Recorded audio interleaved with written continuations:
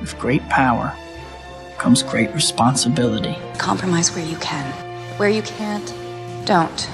Even if everyone is telling you that something wrong is something right.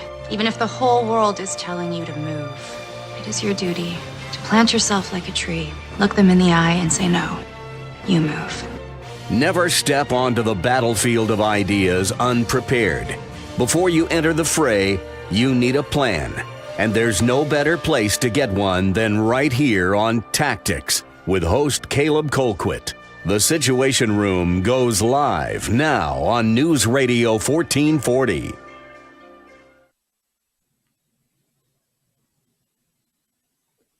Good evening, everybody, and thank you so much for being with us here on Tactics, where speech isn't violence, tolerance isn't love, and disagreement isn't hate.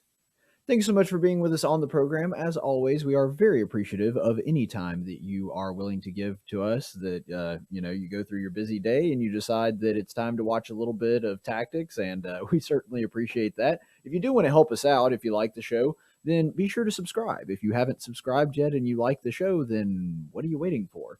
It's almost like you're getting a free ride here. So if you're going to be watching the show for free, which I do offer, all I ask is that you subscribe, and that does help us fight off the dark cyber overlords at YouTube. A like also would help us very much, and we do certainly appreciate it. If you are listening to us on podcast, on audio only, remember that 5 stars is the amount of stars that you want to give us. If you already like the show, just, exaggerate a little bit. And that's perfectly okay, too. Thank you so much for being with us. We have a very jam-packed show today. It's interesting because I'm not typically a crime reporter kind of guy. Like, I don't do the whole shtick like Nancy Grace and some of the others that are really like super zero-in on crime stories. I don't do that often. I'm really more of a politics guy, and that's the kind of thing that interests me. If you're watching my show and have been for a while, that's probably kind of where you are. But I do think that there's some interesting implications of a crime story that happened quite a long time ago, specifically because there was an execution yesterday in the state of Alabama, which are very rare. I believe that, if I'm not mistaken, in the year 2019, we only had 2 executions in the entire state. And, that we are a state with 4.8 million people. And so the fact that, well, actually, I need to update that because we've had a census since then where I believe just barely over 5 million. But either way, the state of Alabama with Willie B. Smith is one of the very few people, I believe he's the only person so far this year to be executed in the state of Alabama. And so this is a rarity. This happened at 6 p.m. yesterday. So, looking at the clock right now, it's been about 24 hours since he was executed. I assume that they went through with that because they were saying they would right up to the lead up of it. There was, back in February, a last minute, and I mean within the span of less than an hour, where the Supreme Court came in and ordered them to stop. I did not see any news about that, so I'm going to assume and operate as though that happened. I looked for updates on this story and didn't see any. So it's, possible that was stayed. But so far as I know, as of 6 p.m. yesterday, Willie B. Smith was executed by way of lethal injection. And it's important to know a little bit of the background going into this story. So Smith was convicted of kidnapping and killing a woman named Sharma. I believe I'm pronouncing that right. Sharma Ruth Johnson. And this was back in 1991. So this is a while ago.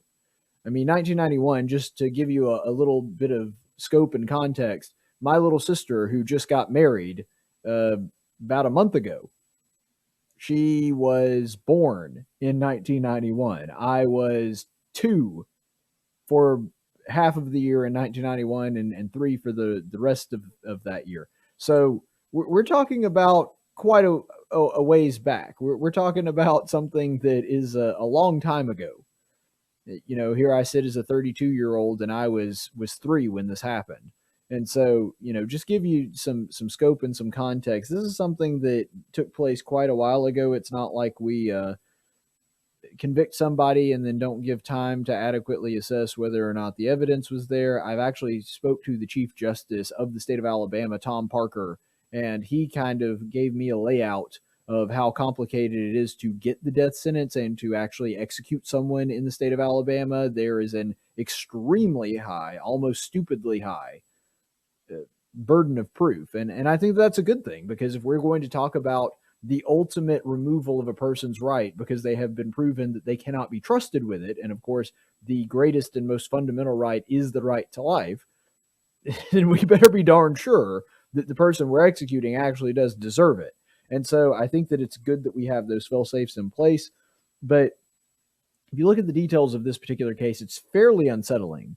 This person, who was the sister of an Alabama detective, I'm not sure if that was part of the motive for this individual Smith kidnapping and killing this young lady, but kidnapped her, shot her, and then her body was found burning inside a car that he had apparently shot her and then set it ablaze. So kind of a gruesome murder, and definitely the details surrounding this really does depict somebody that is of a depraved mind.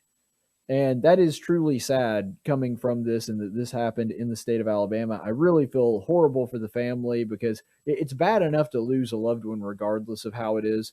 It's even worse when that is done in a way that they were murdered by somebody, that they had intent and they went out of their way to kill somebody that you loved and care about. And even worse, when they take it to the next level and desecrate the body in some way. You know, this guy tried to burn his victim after being shot. And so it clearly shows a very disturbed person based on this. He was set to be executed back in February, but as I kind of hinted at a second ago, what wound up happening is the Supreme Court of the United States stalled it. And their rationale was that his chaplain was not allowed in the room. Now, this was a new rule that was put in place due to COVID restrictions. Apparently, there were some new mandates that had to do with you had to be an institutionalized chaplain. I'm a minister myself. I don't even know what that means.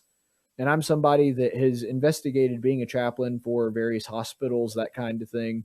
Never actually wound up going through with it, but it's something that I have done a little bit of dabbling in. And I guess what they're trying to say is that it has to be a chaplain that is employed by the institution they're talking about. So it couldn't have been his chaplain. And there was a big brouhaha in the Supreme Court over whether or not this person's rights were indeed being violated. And so to go to that, this is AL.com reporting on Elena Kagan, this one of the Supreme Court justices of the United States. Smith's first execution date was set in February of this year. That execution was halted just before midnight on February 11th in the SCOTUS ruling that granted Smith a stay. Justice Elena Kagan said that the law, quote, guarantees Smith the right to practice his faith, free from unnecessary interference. 3 other justices joined Kagan in the ruling. Justice Brett Kavanaugh, along with Justice John Roberts, dissented. So on this, I'm not sure exactly how all of this works. I'm not an expert. Like I said, I consider myself much more an expert, and I don't, expert is being generous. I'm more well versed in the proceedings of the Supreme Court as it comes to things of more of a political nature, because that's my wheelhouse. I'm not really well versed in criminal law.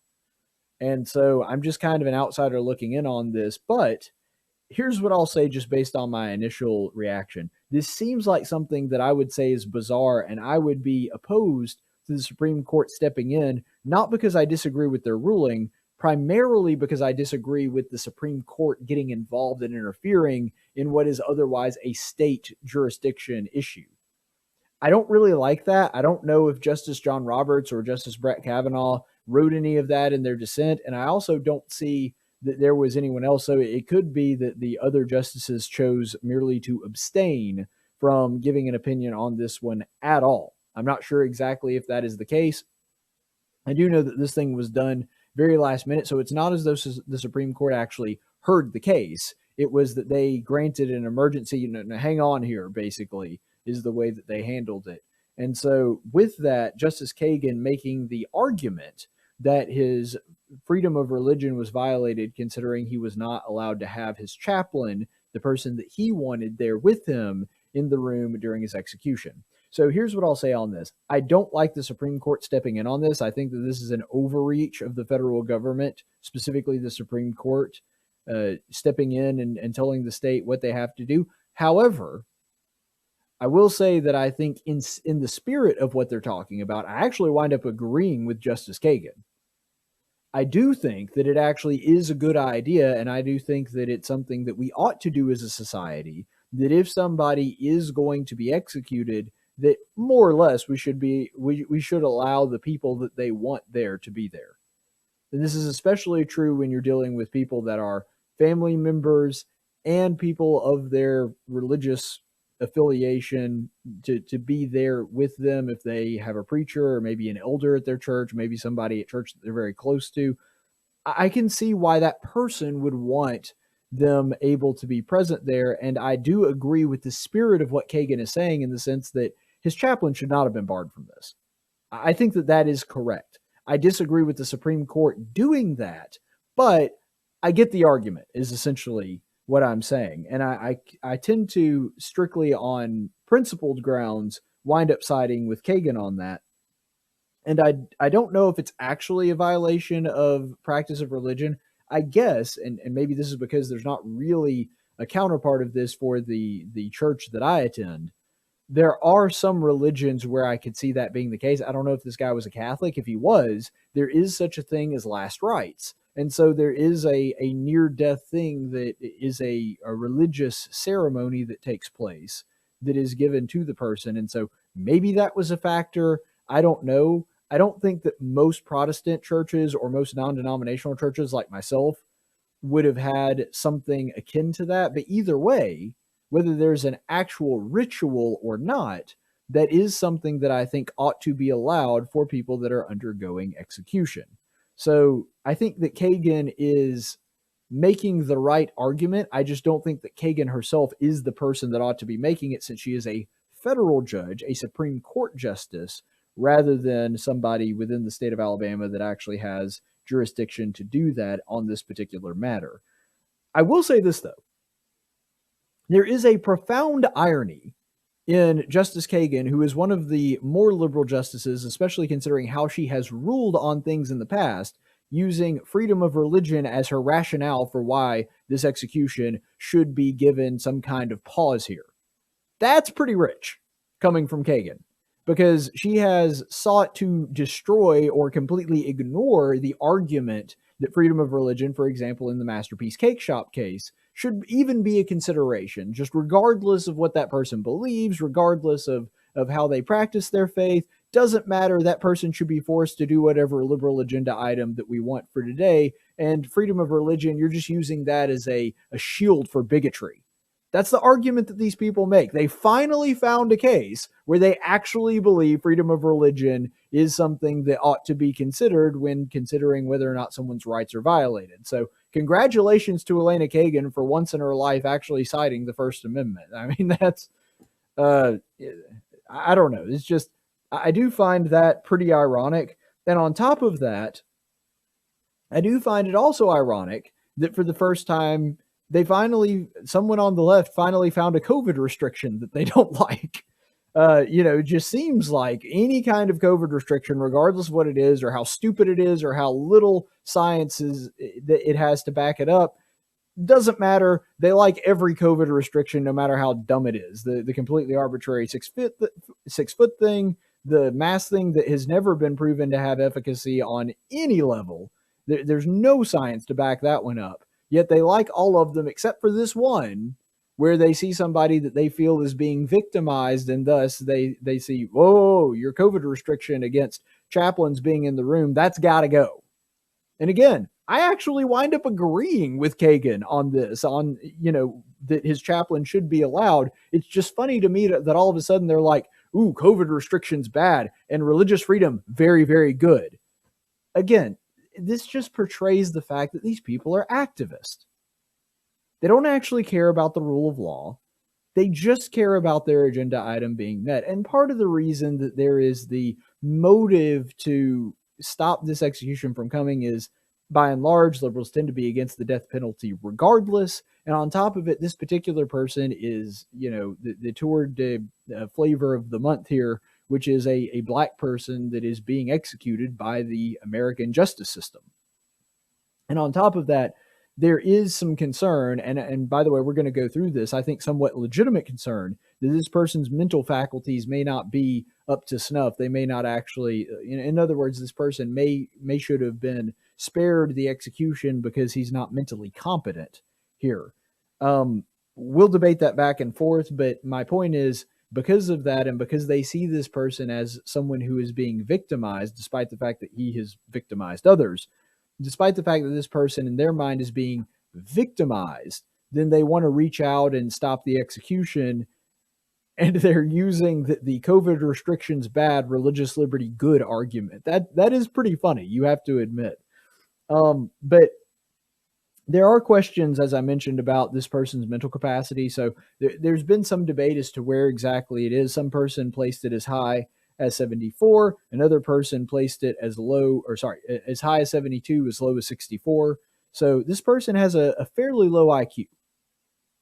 And typically 70, 75, somewhere in that range is considered mentally handicapped in some way. And so there is a legitimate concern here for whether Willie B. Smith actually has the mental ability to understand the gravity of what he did, why it was wrong. And I do think that in our justice system, we do have to take that into consideration and protect people that may not have the same mental faculties as the average person. However, and I'm asking this genuinely, I'm not trying to say this question rhetorically. I genuinely want an answer because I'm a little bit unsure on this. Does his mental capacity actually matter? And the reason that I ask that is not because I think it should be a non-factor in all cases. That's not what I'm saying. I'm saying in this one particular case, considering that we know the details, the gruesomeness of the murder, we know that there was premeditation, we know that this person was trying to desecrate the body afterward, trying to, at the very least cover his tracks in some way. This does depict somebody that has a fairly depraved mind. And even people that are mentally handicapped in some way, yes, sometimes they don't have the best moral compass. Yes, sometimes they might have outbursts of anger or something like that they don't really have full control over and do things that they shouldn't. But I've met quite a few people that are handicapped that are of this ability, or even lower sometimes, lower than a 64 IQ. It's rare, but it does happen. I've met people and even know people that I'm close to that have relatives like this. And have people like this in my family. And while they may occasionally behave badly or act up or do things that they shouldn't, violence is rarely a factor in that. And when it is, it certainly doesn't rise to the level of killing someone. And so what I'm saying here is, yes, his mental capacity is less than that of the average person. I don't think anybody would deny that based on the IQ test. However, even with that taken into consideration, I do think that his actions show that he is, even by the standard that we would set that is lower for somebody that is mentally handicapped, I think that it's not unreasonable to expect someone not to brutally murder someone and then try to burn their body. Like, I don't think that that's setting the bar too high, even for a mentally handicapped person. And so I'm asking if, in this particular instance, if their mental acuity, their mental ability here is actually a factor. If that is something that, even if you factor it in, still shouldn't result in the death penalty. And again, I'm not sure that I have a good answer on this one. I'm just asking the question because I do think that it's a good question. And I think that you could make a solid case for that being a non-factor, which of course it seems as though the state of Alabama has done. Now, the bigger debate that I want to address here is when it comes to the death penalty itself, is the death penalty something that is justified? So I guess the first question to ask is, because this is often brought up when discussing this with Christians, is the death penalty something that is moral, or is it something that the Bible would approve of? And for that, I think we have to go to Genesis 9:6, which is very early in the Bible. It takes place directly after the Noahic covenant, so after the flood of Noah. This is part of the speech that God gives to Noah, giving him some rules to live by. God speaking here, whoever sheds human blood, by man his blood shall be shed, for in the image of God he made mankind. So, despite this being a short verse, there's a lot to unpack there. Because God not only grants an edict, he also, excuse me, he doesn't only grant a rule or an edict here, he also gives an explanation as to why the thing that he is commanding is correct and good. Which is something that I like about the Bible, is that it very often does that. It doesn't just give you a whole bunch of arbitrary rules and tell you why this is bad and this is not. It does that occasionally, especially in the law of Moses, but usually, especially on big moral questions, it gives you an explanation. It gives you a why. And so the rationale here is no person who has been given life by God has the right to take life from another person without a good reason, self-defense, something like that. And that is because they are made in the image of God. And so you're made in the image of God, other people made in the image of God. You don't have the right to take that life from them because that is a gift that God gave them, and you don't have the right to take it from them. That's why I said at the beginning of this, it is the most fundamental of all rights. And it is specifically because we're image bearers. In fact, I've said in debates many times, even though I can give you secular arguments, I can give you rationale without using the Bible, without using moral arguments for things like abortion, things like the death penalty, all of that is predicated on one biblical idea. And it is the idea that human life is intrinsically valuable. Where does that idea come from? It comes from the idea that we are all created by God, and because of that, that grants us an inherent value. That you can't get away from. Now, atheists would also agree that, at least most of them, I assume, would also agree that human life has some kind of intrinsic value, but they don't have any good arguments for why. They can't really explain to you why a human life has value or should be considered inherently valuable without going to something from divine revelation. And so while I think that that's a good starting point, and because we all agree on that, we can build arguments on that basis, I'm just saying that the basis itself is something that originates from monotheistic thought. And so because of that, this is the same rationale that is given. You're not allowed to murder people because that it would be taking a life away that is also an image bearer of God. And you'll notice that it's interesting that when someone has shed that blood, their blood must also be shed. So he's saying that specifically humans, because again, if you look back at it, it says that by man, his blood shall be shed. So this isn't even a situation where you're supposed to just wait for God to sort it out. He says specifically that humans have a direction. They are told specifically and commanded by God, when someone sheds human blood, it is your responsibility to make sure his blood is shed proportionally. That is something that God actually advocates for. He's saying when someone has been proven to not be able to be trusted with their life because they have taken the life of another individual, it is your responsibility to take their life from them.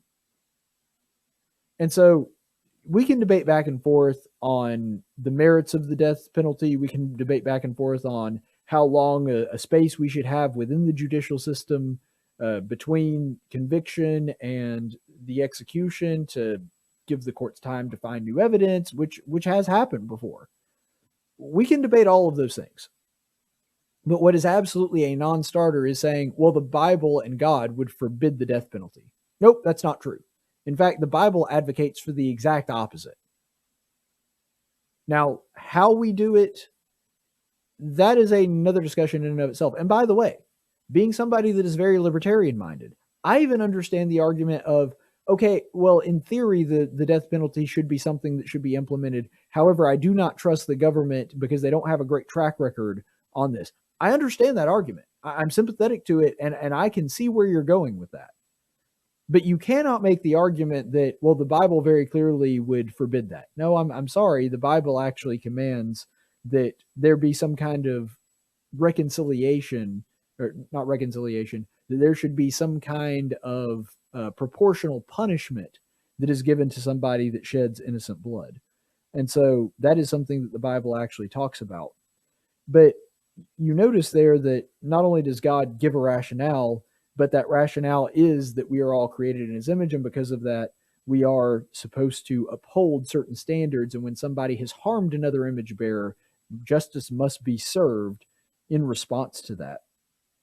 So put plainly, there really is just no biblical or moral justification for the death penalty to be completely outruled in all circumstances. If you, on this particular case, think that because of his mental capacity or something like that, that he should be spared the death penalty. I don't necessarily agree with that. I think that they made the right call here. However, I see your argument. I really do. I see where you're coming from. I don't think that it's in any way irrational to make that case. And so because of that, I'm very sympathetic to the idea that this one particular case may have been one where the death penalty should not have been invoked, even though I would side on the other side of that debate. I'm just saying that, I'm not, because here's the thing. Ultimately, if we're going to have the death penalty, especially as Christians, we do always have to keep in mind that it should not be something that is done out of vengeance or bloodlust. Being whipped up into an angry mob or a frenzy, that's an anti-Christian idea. And we don't want mob justice. That's not good. That leads to things like lynchings, and nobody wants to go back to that.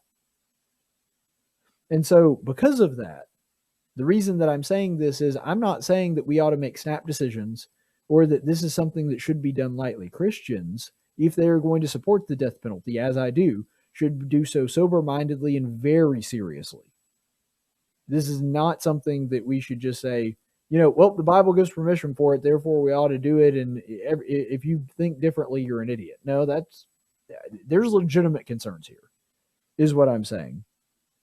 But this should always be done remembering that this was an edict given by God out of compassion. You might say, well, executing someone is an act of compassion? Yes.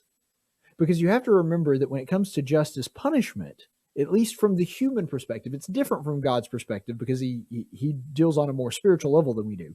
But strictly from a human physical perspective, punishment is not done for the person to learn their lesson. It's not done to reform them. It is done specifically to remove that person from society and make sure that they are incapable of doing the same thing to someone else. It is a compassion to other people whom they might hurt. And sometimes it can be a compassion to themselves as well. In other words, the person that committed the crime, that sometimes gives that person, and in fact, there's many stories of this, the ability to redeem themselves and to change their ways and to repent.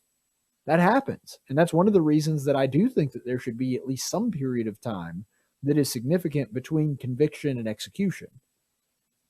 But I do think that we have to remember also that ultimately when we do this as Christians, we have to come from it from an angle of compassion, because ultimately that's what the thing is supposed to be in the first place. It's supposed to be done as a compassion to other people. It's not that you hate the person that committed the crime. It's that you love the other people whom they might hurt and could become their potential future victims. You have to say, nope, we can't trust that person. That person is clearly a danger to himself and other people, so we have to take that person out.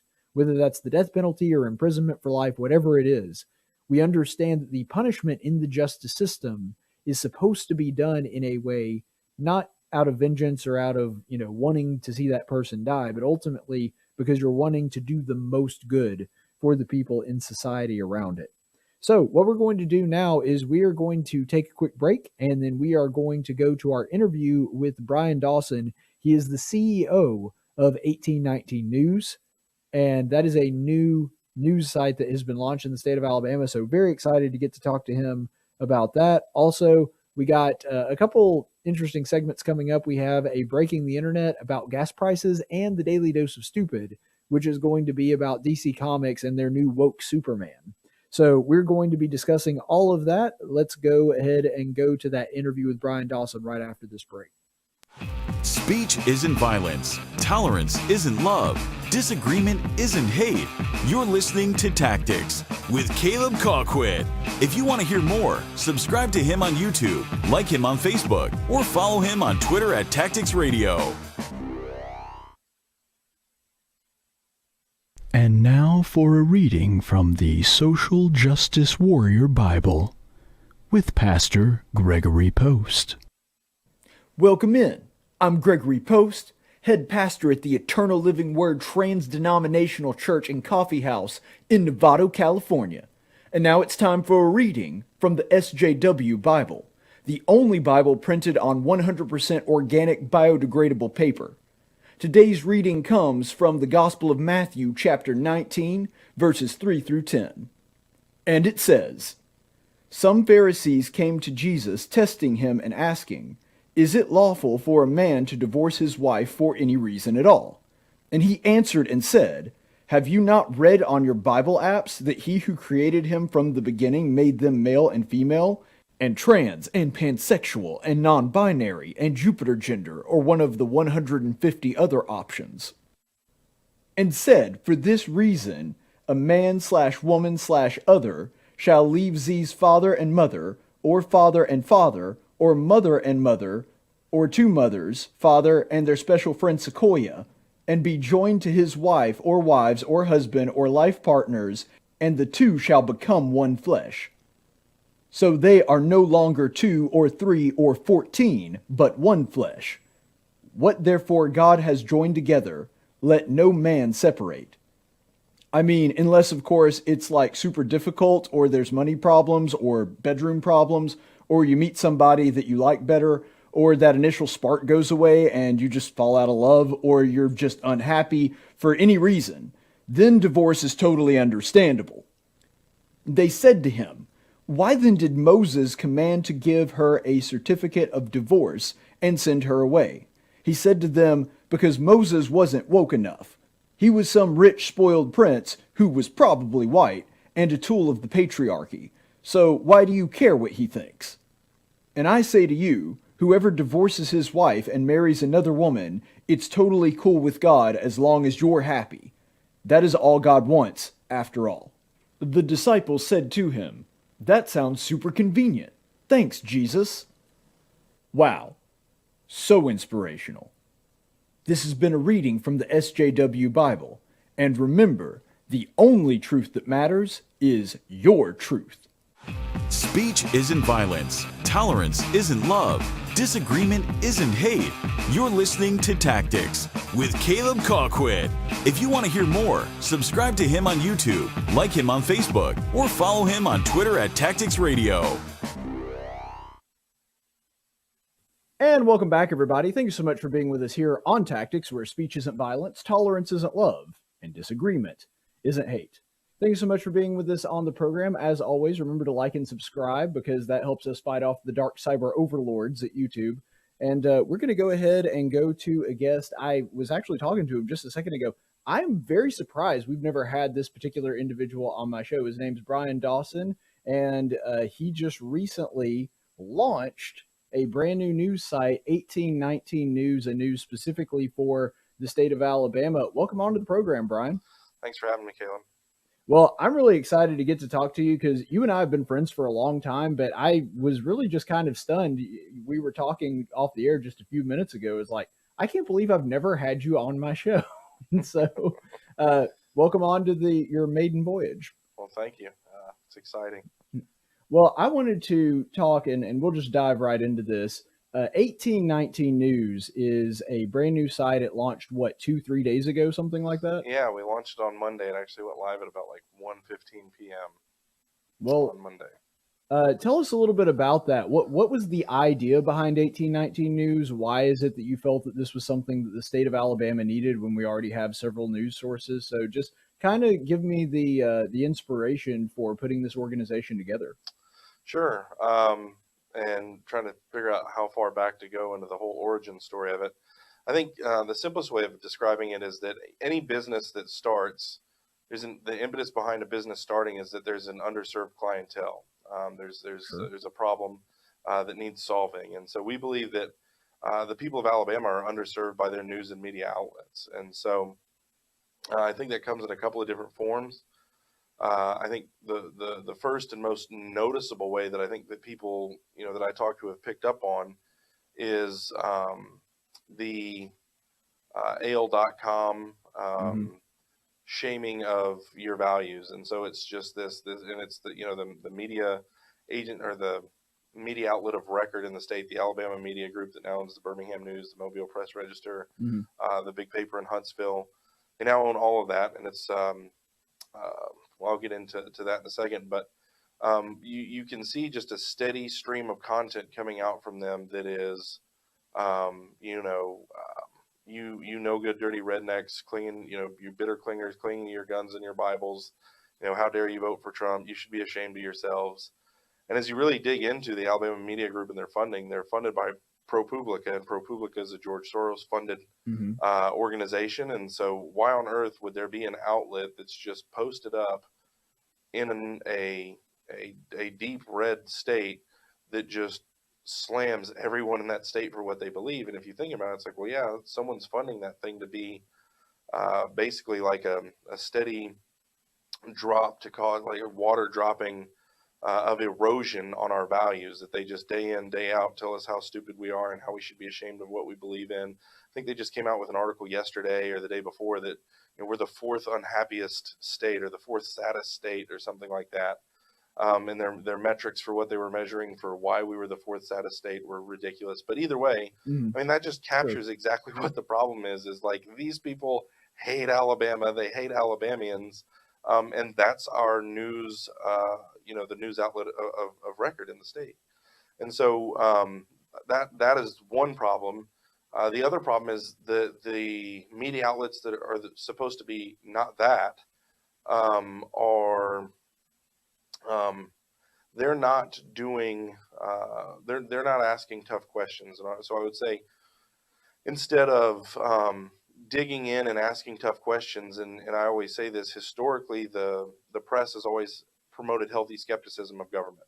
That's their job, is to hold the government and corporations and people with power. It's supposed to keep them in check, and it serves the people. And right now they're not doing that. And so I would say that, rather than, asking Governor Ivey tough questions, they're trying to cozy up to her to get access.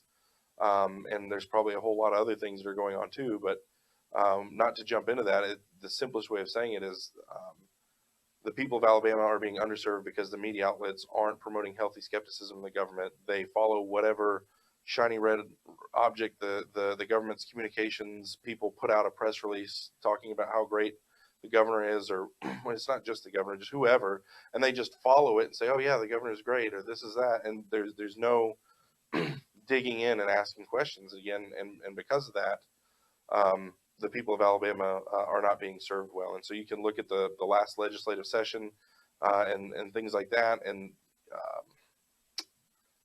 how far do I want to go into that? Yeah, there's so much meat on that bone, and we can probably save that for later. But at the end of the day, why did we start it?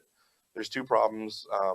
One is the major media outlet is telling us we should be ashamed of what we believe. The other media outlets aren't asking tough questions. We're going to solve both of those problems by having real journalists that are doing real reporting and digging and finding answers for the people of Alabama. And we're also going to create content that celebrates what's good, true, and beautiful about the state. Well, I mean, I agree with pretty much all of that. And I just kind of want to get inside your head as far as where this question goes. I think there are two different schools of thought here when it comes to new media. There's the one that takes the everybody's biased, everyone has bias, and so let's just steer into that skid and just openly admit that, Daily Wire, The Blaze are conservative, and you have Slate and Mother Jones that just openly admit that they're liberal, and that's the better route to go. It sounds like, and I just want to get your reaction to this, because I know you're personally conservative, but are you guys going to take more of the stance of we're going to do more objective journalism and try to be an actual journalistic organization instead of giving news from a certain bend or a certain ideological stance? Absolutely. And so there is a thing, and I've been in news media for the last 7 years, and there's a saying that if you're not left, you're right. And what that means is if you're not saying the same things as all these radical left media outlets and that are shaping the narrative, if you're not saying what they're saying, you must be Alex Jones, right? And so the Epic Times, I think, took those shots. I think they do a lot of really, really good straight reporting, and they're considered radically conservative, and they're not really that radically conservative. They do journalism, and so by not being left, you're going to be considered right, if that makes sense. But we have no, I mean, it makes sense when you have such a large majority in an industry that thinks one way. Of course, if you don't do that, regardless of whether you have an ideological bend or not, you're going to be perceived as an outlier. So Yeah. I think that stands to reason. Yeah, and within our media organization, we're going to have multiple departments. Our news department is dedicated to shooting straight down the middle. If you guys are not familiar with who Ray Mellick is, Ray Mellick was at the Birmingham Post-Herald. Is a sports journalist, one of the best in the business, and he is a true journalist to the core. He went on from the Birmingham Post-Herald to work at the Birmingham News. When the Birmingham News started to move in the direction that it currently is now, he left and went into doing comms work for big corporations and stuff like that. And then he went on to be the district director for Gary Palmer in his congressional district. And so we actually went to him and shared the idea and said, hey, do you know anybody that, might want to oversee this? Just thinking that he might, there's no way Ray's going to want to come work for us. I mean, we have a great vision and we have great resources, but, Ray's older and he's established and he's basically riding off into the sunset where he was. And he's like, actually, I think I'd be interested in being that person for you. And so he's our editor-in-chief, and he's making sure that the news is the news. There is no political spinning. The news comes straight down the middle. If we have a reporter, and what can happen when you have an editorial board that's strong is you don't have to worry about the political leanings of your reporters. If you have a reporter that's maybe center-left, that's going to be tightened up in the editing process to make sure that there's no politics showing in the reporting. If you've got a guy that leans a little bit more right, that's going to be tightened up, having an editorial board. Nothing gets posted to our website by reporters. It all has to go through an editor, and those editors are being told and by Ray and supported by me that the news has to be the news. We can't be using adjectives that skew us one way or the other. Now, that being said, our editorial page, our opinions, and our columns and our features and things like that, that's going to be a little bit more center right, because we want it to reflect Alabama. And so our branding statement is honest news, the voice of Alabama values. And so our editorial page is going to reflect what we think Alabama values are: is a belief in God, believing the Bible, hard work, perseverance, owning land, family. I mean, all these things that make Alabama what it is, and it goes on, competition and all these other things that reflect who we are, fall kind of on one side of the spectrum. But that doesn't mean we're not going to give voice to someone who disagrees. We actually want to promote healthy conversations on our editorial page. And then we're going to have a full-blown audio video production unit that's dedicated to creating content. And that's where we're really going to lean into celebrating what's good about the state rather than all of the shaming. There's incredible stories out there. There's, from our heroes, everyone from, Bear Bryant to Helen Keller, our entrepreneurs, our businesses, the things that we have going on in Huntsville that are incredible, that's making international news. We have the port in Mobile. Birmingham's an absolute economic powerhouse. And you have us in Montgomery, which is the capital. So there's stuff going on all over the place, and it's really, really good. And it's just those stories aren't being told, so we want to fix that. Yeah, and it's interesting, and I find myself in a weird position too as a political commentator who obviously has a bias. I'm very open about that.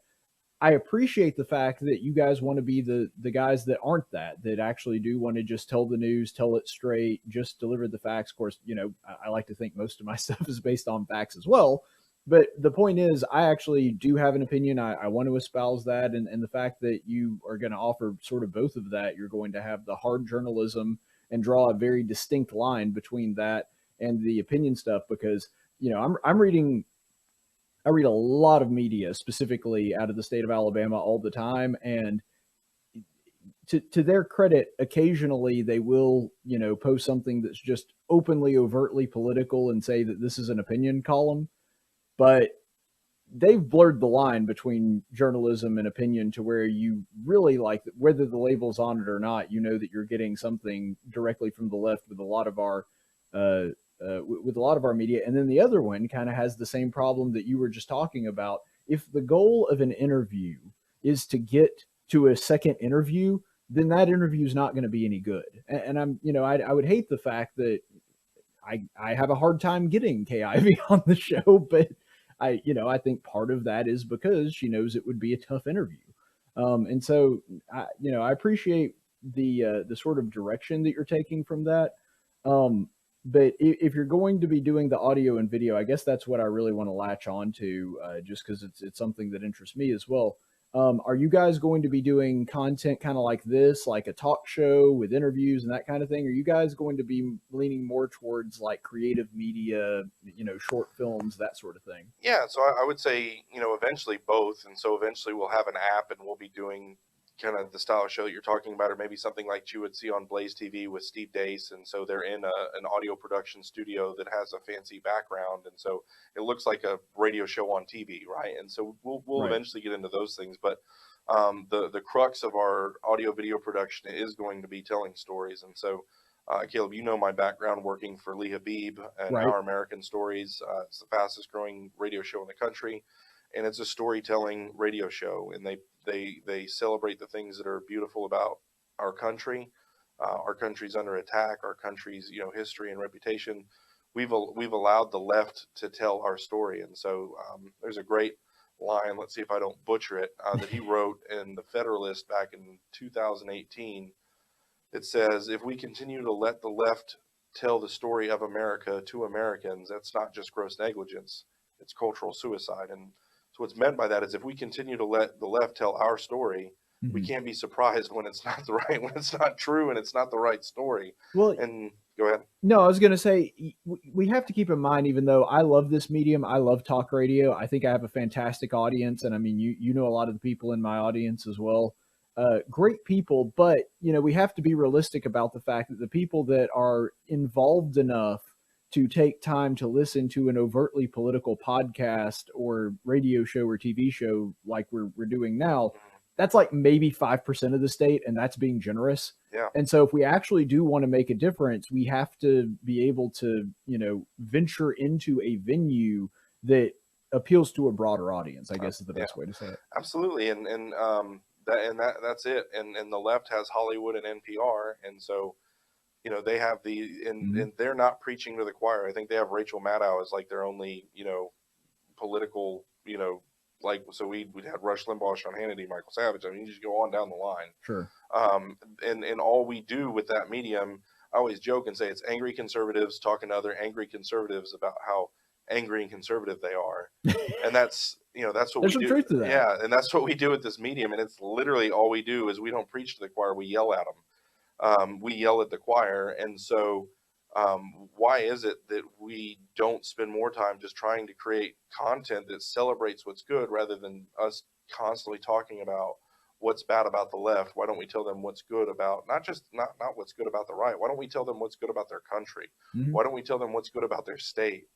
And leave all the left, right, political, all those issues and just, and think about like the imitative power of storytelling too. And you think about media and story as cultural architecture. And you watch Braveheart and you hear that speech and you're just moved, by that speech, and you see that he died in order to give freedom to his people, and that makes you want to, have those same attributes and those same things, and it's courage and leadership and all these things, and so you want to imitate that. I think another a good story that talks about the imitative power. Have you seen the movie The Blind Side? Yeah, I have seen it. And It's what's very funny good. is I've never asked anyone if they saw The Blind Side, and they're like, no, that's I've never seen it. So of course everyone's seen The Blind Side. Well, you do live in a football state, so that probably is a true. contributing This factor. is true. And when we played Ole Miss, so but The Blind Side is it's a story. It was originally written in a book, and then it was turned into a movie about a family who adopts a poor black kid and gives him love and direction and helps him along his way. And he ends up going to Ole Miss to play football. He's drafted, I think, in 2009 to go and play for the Ravens. I think he even won a Super Bowl. He was a first-round draft pick. So on and on and on. It's just this incredible, beautiful story. And someone I know that's close to the Toohey family, who's the ones that adopted Michael Orr, said that Leanne Toohey sent out a Christmas card to the people that helped in the project and said that they've had thousands of people write her an email or a letter or something saying, hey, because we watched this movie or because we read this book, we decided to adopt. And to me, that's that imitative power of storytelling. When you tell stories about things that are good, people will imitate those things that are good. And so we want to paint a picture of the good life. And and do that in an excellent way. And we think that that will help move the culture in a healthy direction. Well, I just think it's common sense. You know that I'm also a minister as well. And I mean, how did God choose to reveal himself to us? Through narrative. Yep. Like, I mean, that's just, are there laws in the Bible? Sure. That just plain spell out exactly what you should do and what you shouldn't do. But the revelation itself came through narrative. And Jordan Peterson actually talks about that quite a bit, about how important it is that people understand their world through drama and acting out and narrative. And that's how we really develop a sense of morality. And so, no, I think exactly what you're talking about is something that would be extremely helpful in the state of Alabama and nationally. In Alabama, though, I think that sometimes we get lulled into a false sense of safety and security, because you talk to the average Alabamian, and there's just a sense of all the crazy, especially socially liberal things that are going on in other states. Well, that could never happen here because we live in Alabama. And I think that, and I would hope that an honest look, which is what you guys seem to want to be wanting to present to them, just an honest look at the status of things would reveal very quickly. First of all, Alabama is not nearly as conservative as they think they are. It might be socially conservative in a lot of ways, but our policies don't often reflect that. And moreover, with the way that things are going on in the federal government, there's a whole lot of people that are trying to impose things regardless of what the state is. And there's a lot of people in the state that, because there's a price tag attached to it, are more than willing to accept if it means that they bring home some bacon for the state of Alabama. And so I think, how do you combat that sense of security that a lot of Alabamians have? Oh, we're in a conservative state, it'll all be fine, we don't have to worry about that kind of thing. There's really no need for us to be vigilant on that. Yeah, so I think the problem is the 24-hour national news cycle. And so everyone thinks that, and where that, oh, we're not California attitude comes from, is because we were steadily watching Fox News and we're locked in. And I mean, you walk into any Republican's house for the most part, and I wouldn't even say Republican, majority of Alabamians that I know, when I walk in their house, Fox News is playing in the background. They might not even be actively watching it. It's just on. You can drive down the road and look into people's houses and you see Sean Hannity talking, right? It's what it is. And so we're pulled into this national news cycle. And keep in mind, a 24-hour news cycle takes a lot to fill. And so all of a sudden things that aren't even news start becoming news and things like that. And so we get hooked into it, and we get hooked into it intentionally because they want ratings, and we get sucked into this national drama, and we forget that we have terrible things going on in our state at the legislative level, in the and in the policy making level. And so they're pulled into that national thing, and they think, on the national stage, people in Alabama are like, okay, well, Democrats are the problem. And so they check up for like the split second that they check up to take their eyes off of national news and politics, and they look at Alabama and it's Republicans all the way on down the line, and they're like, all right, we're good to go. Democrats are the problem. Let's go to this. And they don't realize that in the state of Alabama, all the problems that are being caused right now we have a Republican supermajority, and we're getting legislation that would make a New York Democrat blush, right? It's crazy. And so and no one's paying attention. So I think the way that we solve that problem, to kind of get that apathetic view towards, oh, we'll never be that, is that you show the people of Alabama how they're being played, maybe that's the right word, how they're not being served by the people that they're electing to send to Montgomery to represent them. And you do it in such a way to where they get engaged. And I think the cultural climate right now, it's perfect timing right now, that people have, the kind of like a sleeping giant has been awakened between COVID and all the vaccine stuff and the election stuff and everything else. People are really waking up and saying, hey, we can't sit on the sidelines anymore. We need to get involved. And so we want to provide them with the information they need so that they can engage in their civic duties. Well, it's an interesting problem, because especially people that are small government minded like you and me, and, the way the founders, I believe, intended it was for the average citizen to not really need to pay attention to stuff like this. I mean, our whole system is geared towards the average person not really having to worry about politics all that often. And yet it was those same founders that believed that once the public became ill-informed, that you would see the end of the republic. And so it's an interesting sort of dichotomy, is that our goal is really to get to a point to where the average person doesn't really need to think about politics on a daily basis, or really not, at all until an election. But at the same time, we do want to make people aware of things, because that is how our system was originally designed, but it's not functioning the way it was originally designed, for sure. Yeah, I think too, and I think there's a difference between being aware and being an activist. And it was actually your dad that brought this to my attention. We were at one of Becky's things at Bethel for Eagle Forum, and I was talking to him. He says, "Look, I work, I work hard, and I don't have time to be a political activist to pay attention to all this stuff. Mhm. I need someone to just tell me what's going on in a quick way." And interestingly enough, it was him having that conversation with me that started a feature we have called the Daily Detail. That's going to be a daily 7 to 12 minutes. It's going to be delivered as a podcast. It's not really a traditional podcast, but that'll be how we deliver it. Sure. And it's just a daily 7 to 12 minute newscast that tells you everything that you need to know that's going on in Alabama. And then it'll segue to everything that's going on nationally that's going to affect you as an Alabamian. So if you can take 10 minutes every day to listen to that on your way to work, you will stay informed. And so we want people to be aware. The people that are able to get active, we need them to get active, but we need everyone to be aware of what's going on. And that's the whole thing. It's like, if the people of Alabama, if they knew what was going on, they would do the right thing. And but they don't know, I think, is the problem. And so being able to get them to pay attention, and once they see what's going on, I think that they'll respond accordingly. Yeah, no, I couldn't agree more. I mean, Alabama, we are naturally, like, inherently conservative on the citizen level. And I think that if they just had any awareness of what was going on, you would see a lot of changes probably pretty quickly. A great example of this is I had a conversation with somebody that's not particularly politically savvy, and that's part of the reason that I was interested in having this conversation. And they were talking about Governor Ivey, for example, and saying, well, I just appreciate how conservative Governor Ivey is. And I'm not trying to pick on Governor Ivey. I'm just saying, it's like, as I've always said, because Governor Ivey's definitely not the worst governor in the country. She's not Gavin Newsom. I'm not trying to make the case that she is, but I said, in the last primary, you voted for her. Yeah. I said, well, you know that she was the least conservative of all of the candidates that were running. And they said, well, what do you mean? It's like, well, she's never met a tax she didn't like. She's always in favor of new spending measures and bills. And yes, she signed, for example, the abortion ban, but has done absolutely nothing to enforce it. So that has been entirely symbolic from the get-go.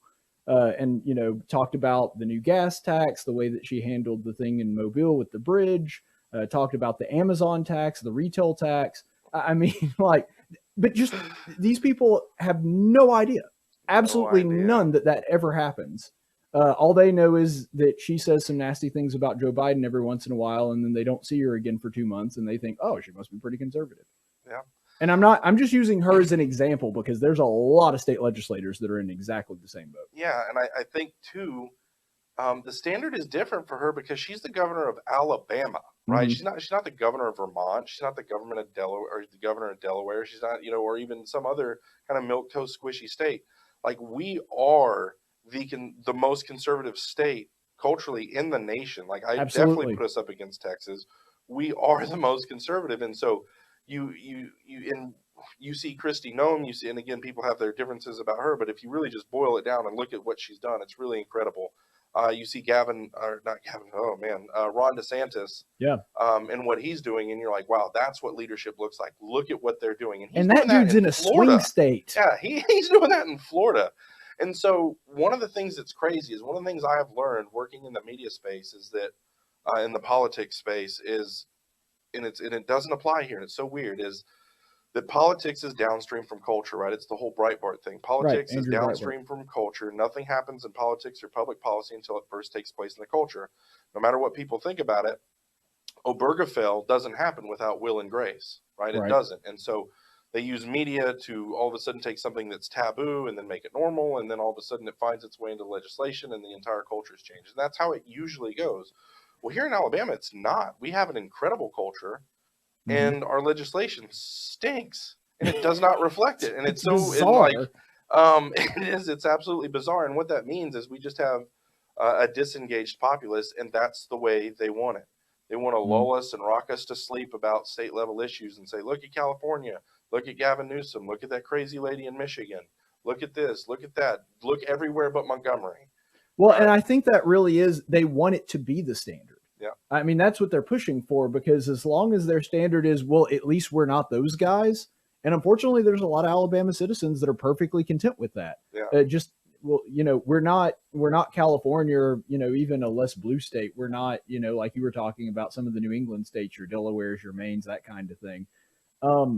But, it would be kind of like if you joined a church and said, well, at least we're not Satan worshipers. Well, that's not a good reason to join a church. Yeah. We should be the standard bearers of conservatism, and what a Republican supermajority, ran state. We should be the standard bearer. People should be looking at Alabama and be like, man, if we could get to where Alabama is, we'd be doing something.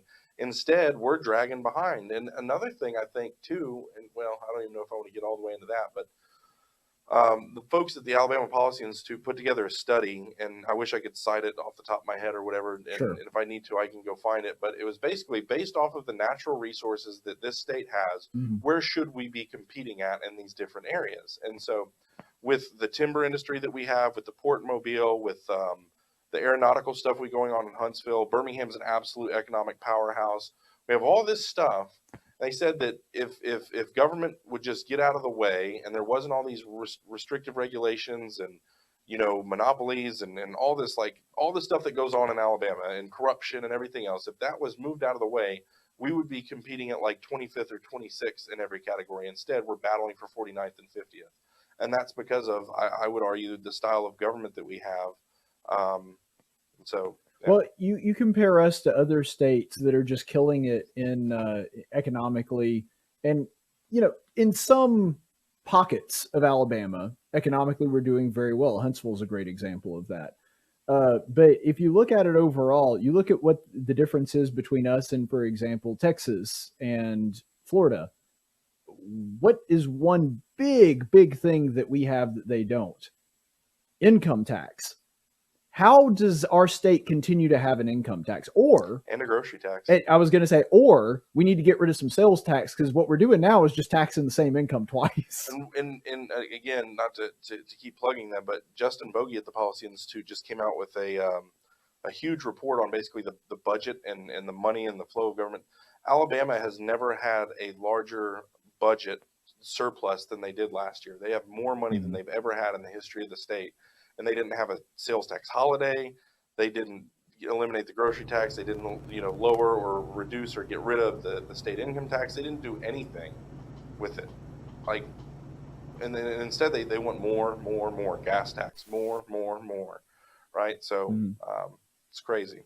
Well, we were actually very fortunate in a lot of ways when it came to the COVID thing, because if you look at our economic numbers compared to most states, and I'm talking about some of the very large states, we actually had significantly less impact from the pandemic than most states. And I think that is because culturally, regardless of what was mandated from the top or what the law was, I use that, sparingly, because a mandate is not a law and you actually don't have to adhere to it regardless of what people tell you to. But those things being in place, most people just kind of ignored it.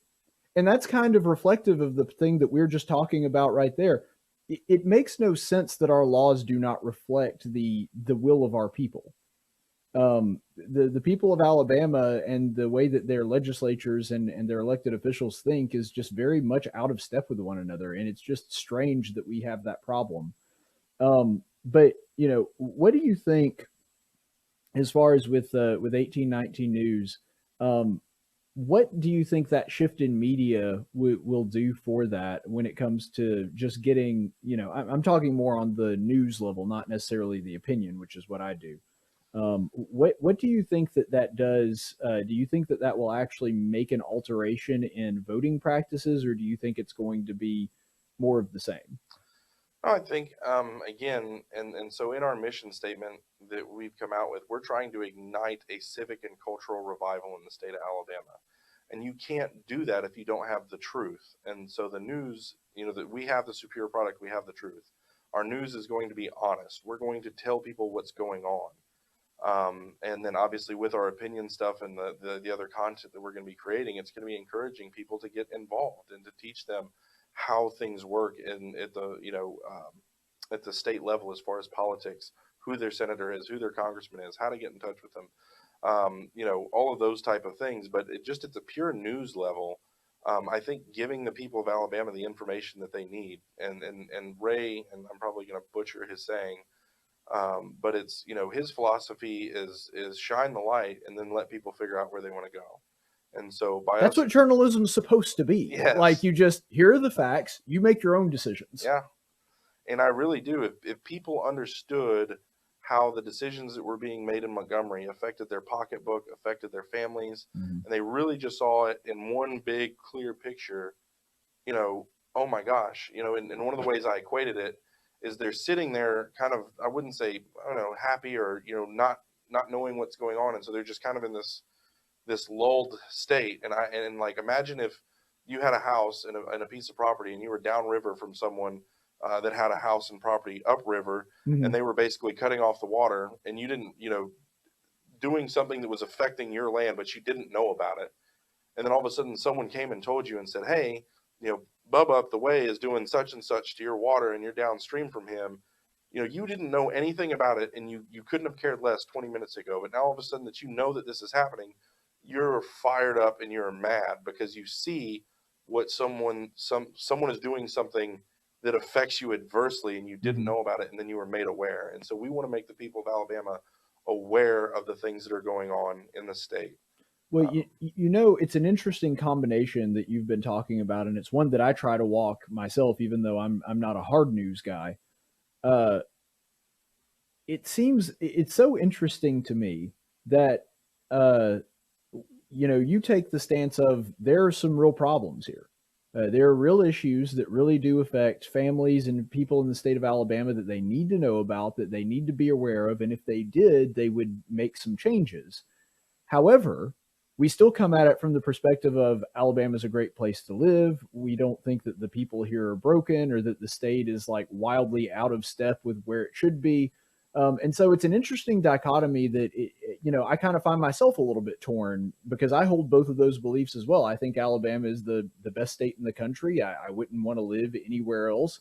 And at the same time, I'm very much aware of and spend a significant amount of my time a day pointing out that there are problems here and things that need to be resolved. And so how do you walk that line with a news organization like this? I wouldn't even look at it as a line. I think, weeds, if you have a garden that produces fruit and it's good and you love your garden, that doesn't mean you don't have to pull weeds, right? And yeah, good point. I think that's all it is. And I think the people of Alabama have been lulled into a slumber to where that they haven't been pulling weeds that they needed to. And I think that slumber was intentional. And, the people that are in Montgomery right now don't want the people of Alabama to know what's going on. And they use the national, news cycle as a way to distract. And so sure. I think once people, again, and I've said this, 3 different ways, but it really is, I think once people are aware of what's going on, especially in the current climate right now, I mean, look at what's going on at some of these concerned doctors things. I don't know if you went to the Birmingham one or if you're going to go to the one that's going to be here in Montgomery. I was actually out of the country for that one, even though I was invited. But yeah. I did have Dr. McWhortley on my show to talk about it. Ryan, Dr. McWhorter, he's fantastic. And so, I think the one that they had in Birmingham, they sold 500 tickets and over 1,000 people showed up. It was standing room only. It's absolutely incredible. So that shows you kind of what the climate is. And again, going into everything with COVID shutdowns and, was the election stolen and all this other stuff, people just know that something's wrong, and it's reached a critical mass, if you will. It's reached a breaking point.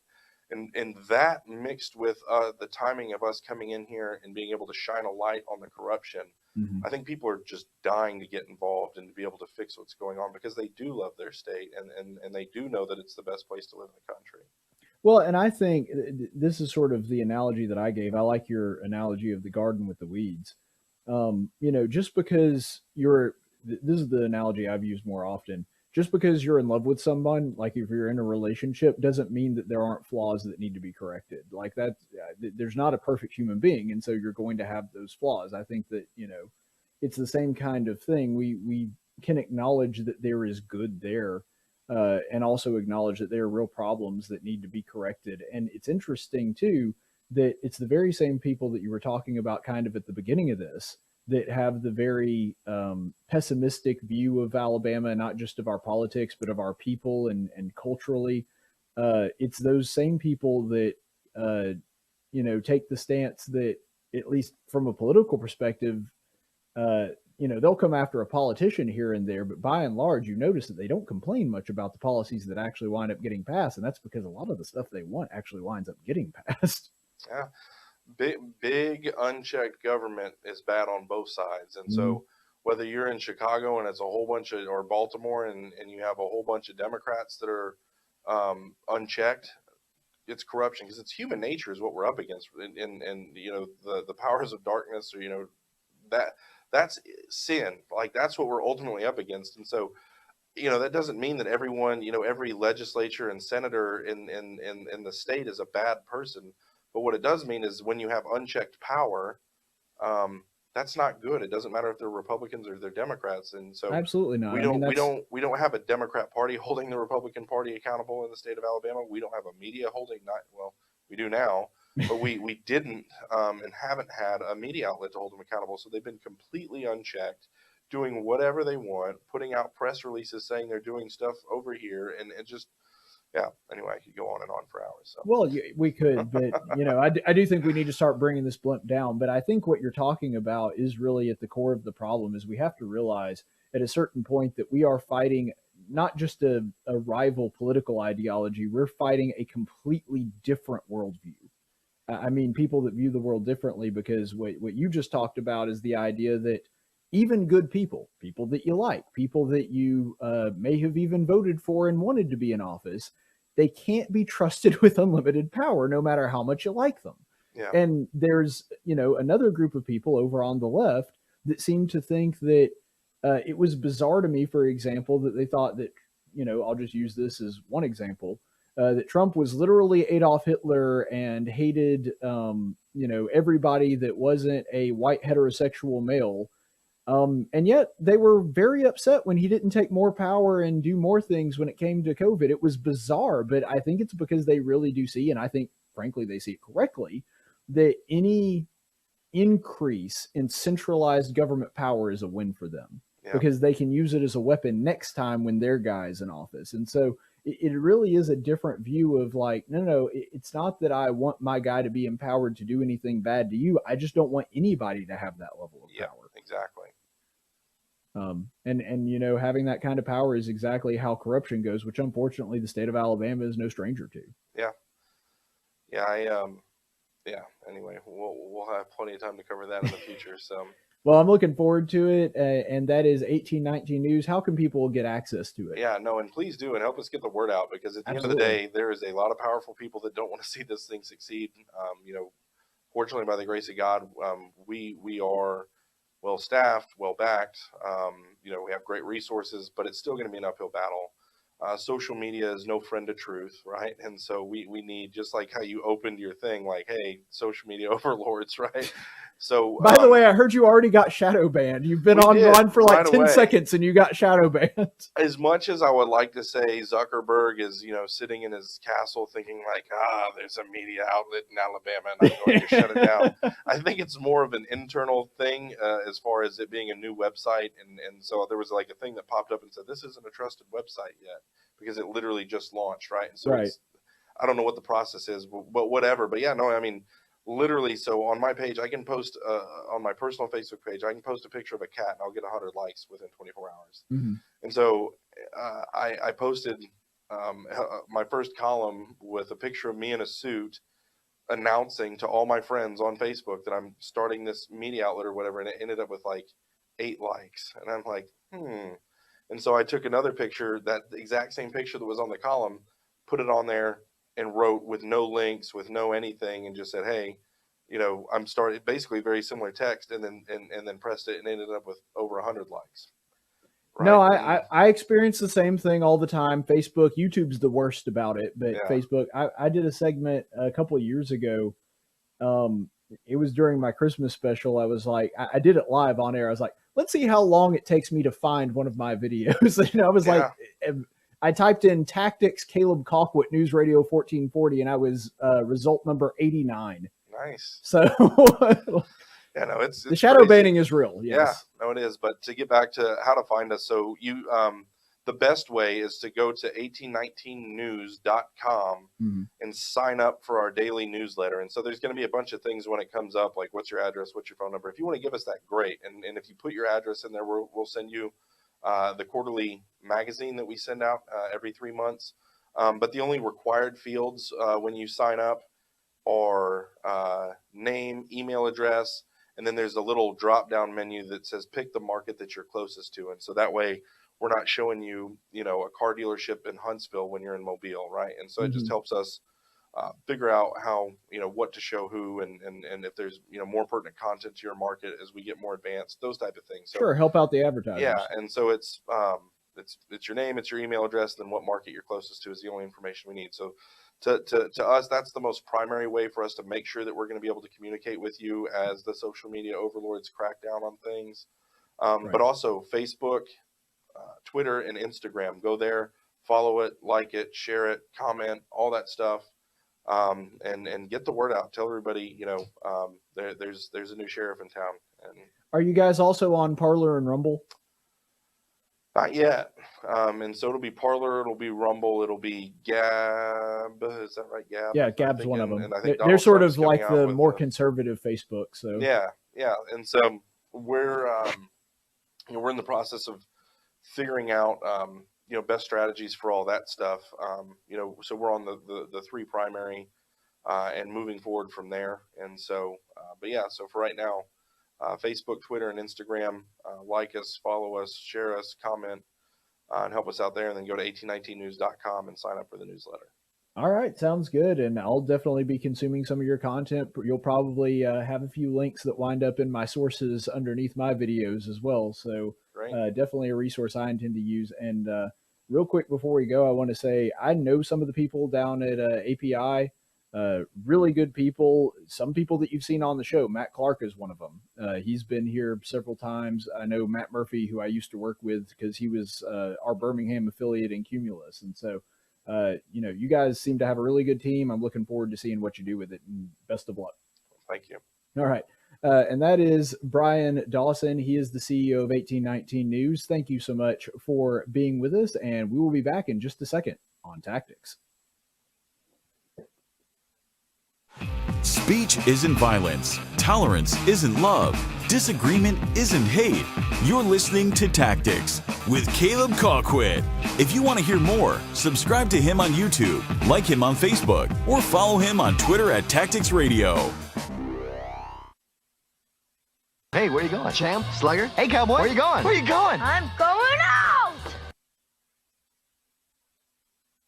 Hey everybody, it's Caleb here, and I am driving back from Whataburger because Montgomery has one of those now. I could not be more stoked. I am absolutely thrilled about this.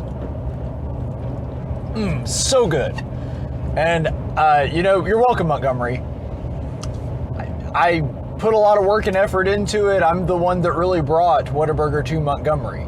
I think that everybody should be thanking me for that because I launched a 2-year campaign to bring it to the capital city. I was very enthusiastic about it because I love Whataburger so much. I hate that it used to be in East Chase and left, and now it's back in East Chase again. Now, all joking aside, I think we all know that my campaign probably didn't have very much to do, if anything, with the decision to bring Whataburger to Montgomery. But it actually made me think of something that I was reading last night in the Gospel of Matthew. And in that, Jesus talks about what it really means. He's not presenting a new law. He's actually talking about an old law of Moses. To love God with all of your heart, with all of your soul, and with all of your mind. Now, the thing is, I really love Whataburger, but that really all comes from the heart, or more appropriately, the belly. I do have a passion for it, but that's just because I like the food. I mean, it doesn't really go any deeper than that. I just kind of love the burger. But did you know that in the original Hebrew, that love means to give? And so the truth is, you can't actually love a hamburger if you're using the Hebrew language. Because what love means is to give. And the hamburger can give to you in a sense because you're eating it and it provides nourishment, but you can't give to the hamburger. The hamburger's an inanimate object. And so I think that sometimes we as English speakers, our use of the word love sometimes doesn't exactly convey what the scripture means when it says love, because it means it in the very specific context of something that is done for somebody else. And that's not really something that you get from the English version of the word. And we understand that in the Greek, the highest form of love, because there's 5 different terms used for love in Greek, the highest one is agape, which is the highest godlike form of love. It's the perfected version of love where you are willing to sacrifice for the other person. And so in both of these instances, there's a much broader understanding of what it means to love something or someone. I say that I love Whataburger, but if we're talking about it in the biblical sense, if we're talking about it in the language of Hebrew or Greek, I can't love Whataburger. That's not how love works, because it conveys something much stronger and deeper than that. And I was thinking when I thought about those 3 aspects of what it means to love God, where Jesus says we're supposed to love Him with all our heart, with all our soul, and with all our mind. Frankly, I think I'm pretty good at loving God with my mind. I'm not saying that I've perfected it, and I don't think any human being can love God with the finite mind that doesn't understand every aspect of everything like God does, because He's all-knowing. But I think it's important that Jesus points all of these 3 things out. He's not just making a point about loving God with the whole self, even though that message is there too. He's saying that these things specifically contribute to loving God in a certain way. And what he means by that is, think about it. To love God with all of your heart means to have a passion for Him. Kind of the love that I was talking about with Whataburger, now in a much more serious way.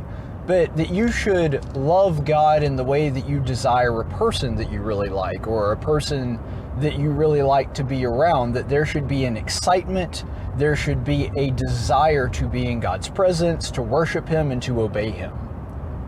Somebody that only loves God with their heart, though, they're quickly going to be drawn into some kind of emotionalism, where they might love an aspect of God, but really they kind of mold God into the thing that they want. Because if you don't have the other 2 parts, it's very easy to make an idol of God and make God just like you. And so what happens is the people that love God with their heart, but just their heart, they say that they love God, but they really just kind of love the image of God, and they sort of make God into a lovable thing without accepting the aspects that might be more difficult to understand, or you might need to use your soul to love.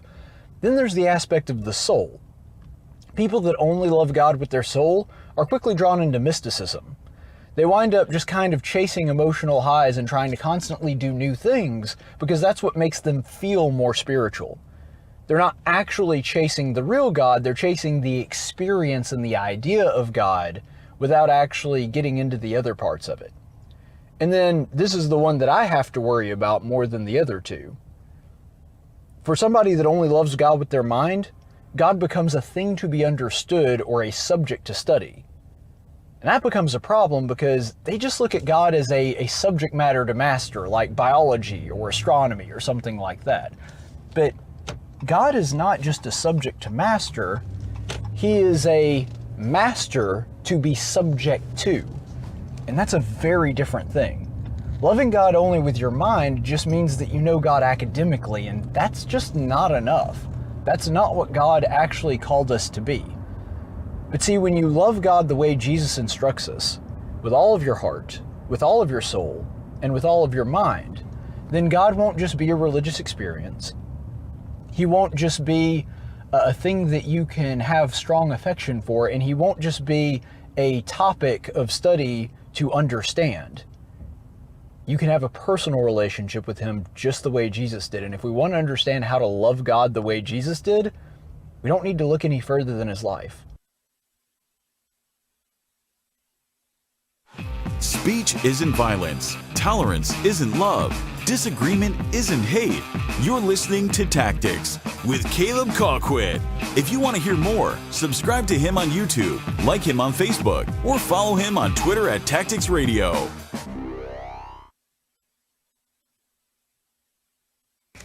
you messed it up. You're stupid.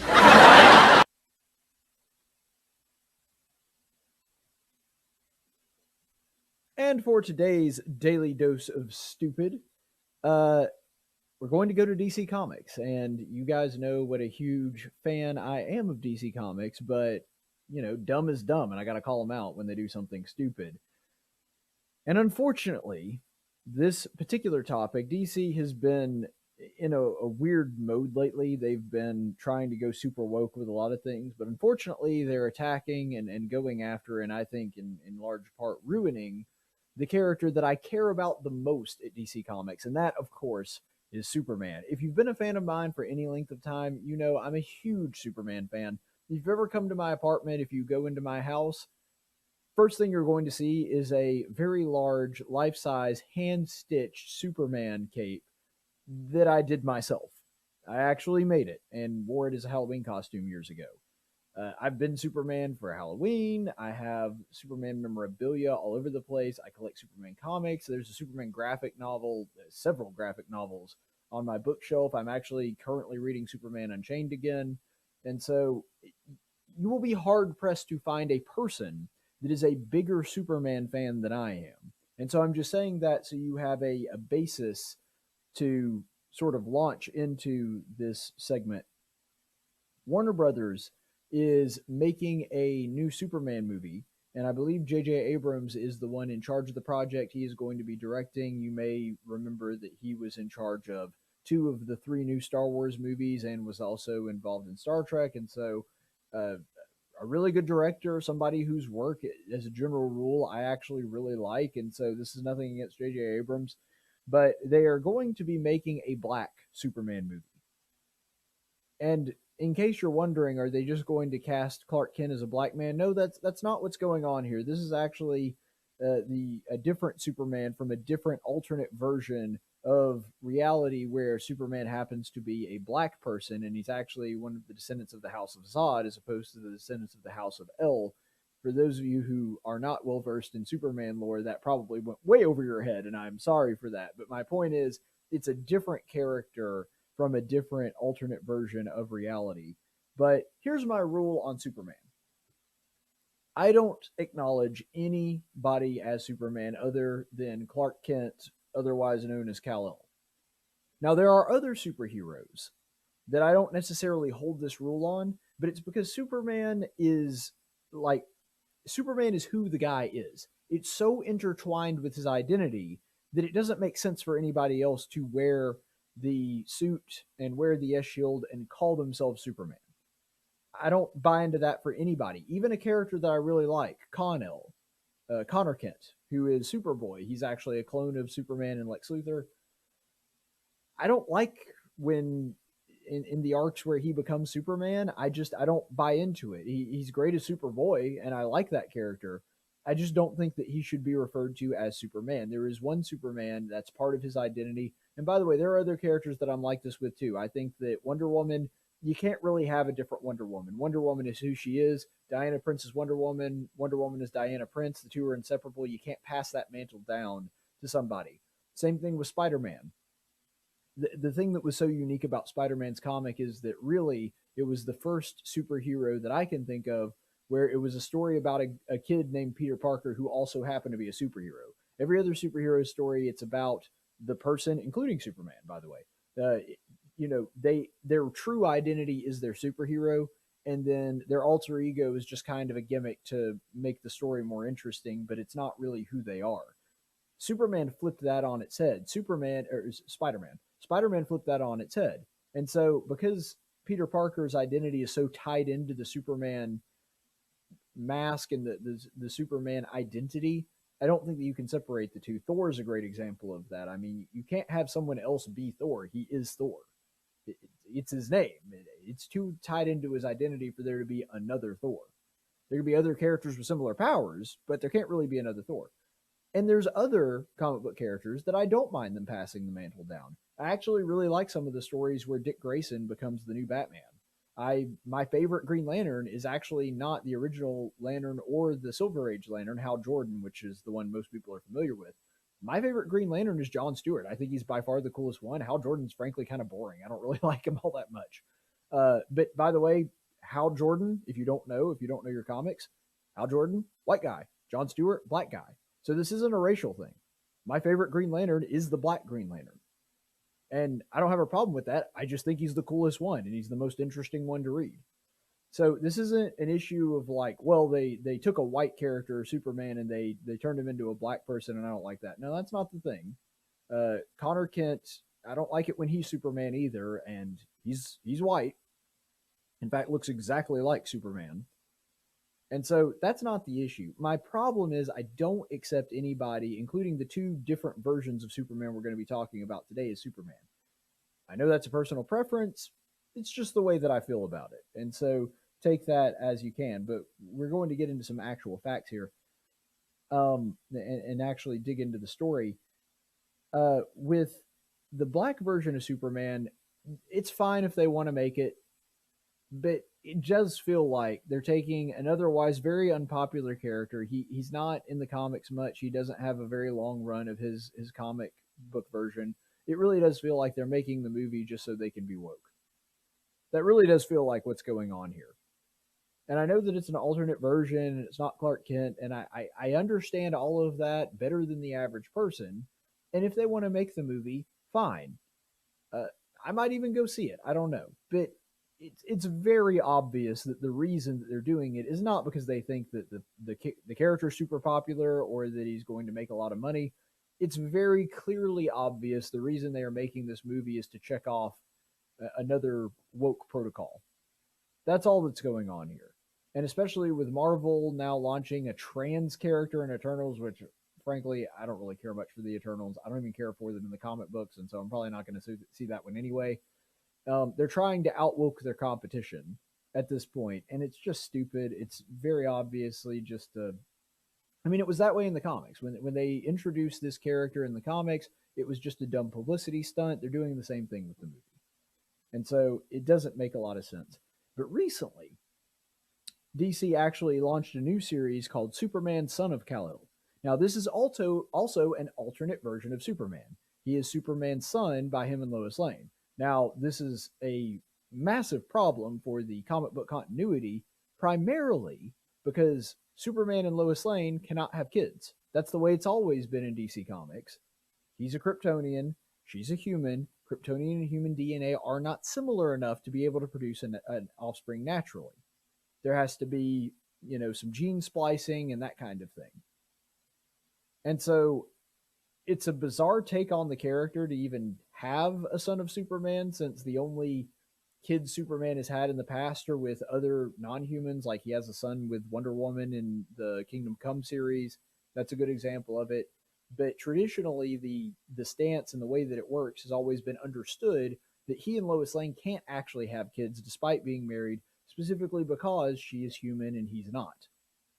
But anyway, that aside, for the time being, they launched this new series, and the new Superman is gay. That's what they revealed a couple of weeks ago, where they had him, they basically had a love interest for him that is a reporter for the Daily Planet. Really thinking outside the box there, guys. Really paving some new ground. They couldn't have come up with a different occupation for the love interest of new Superman.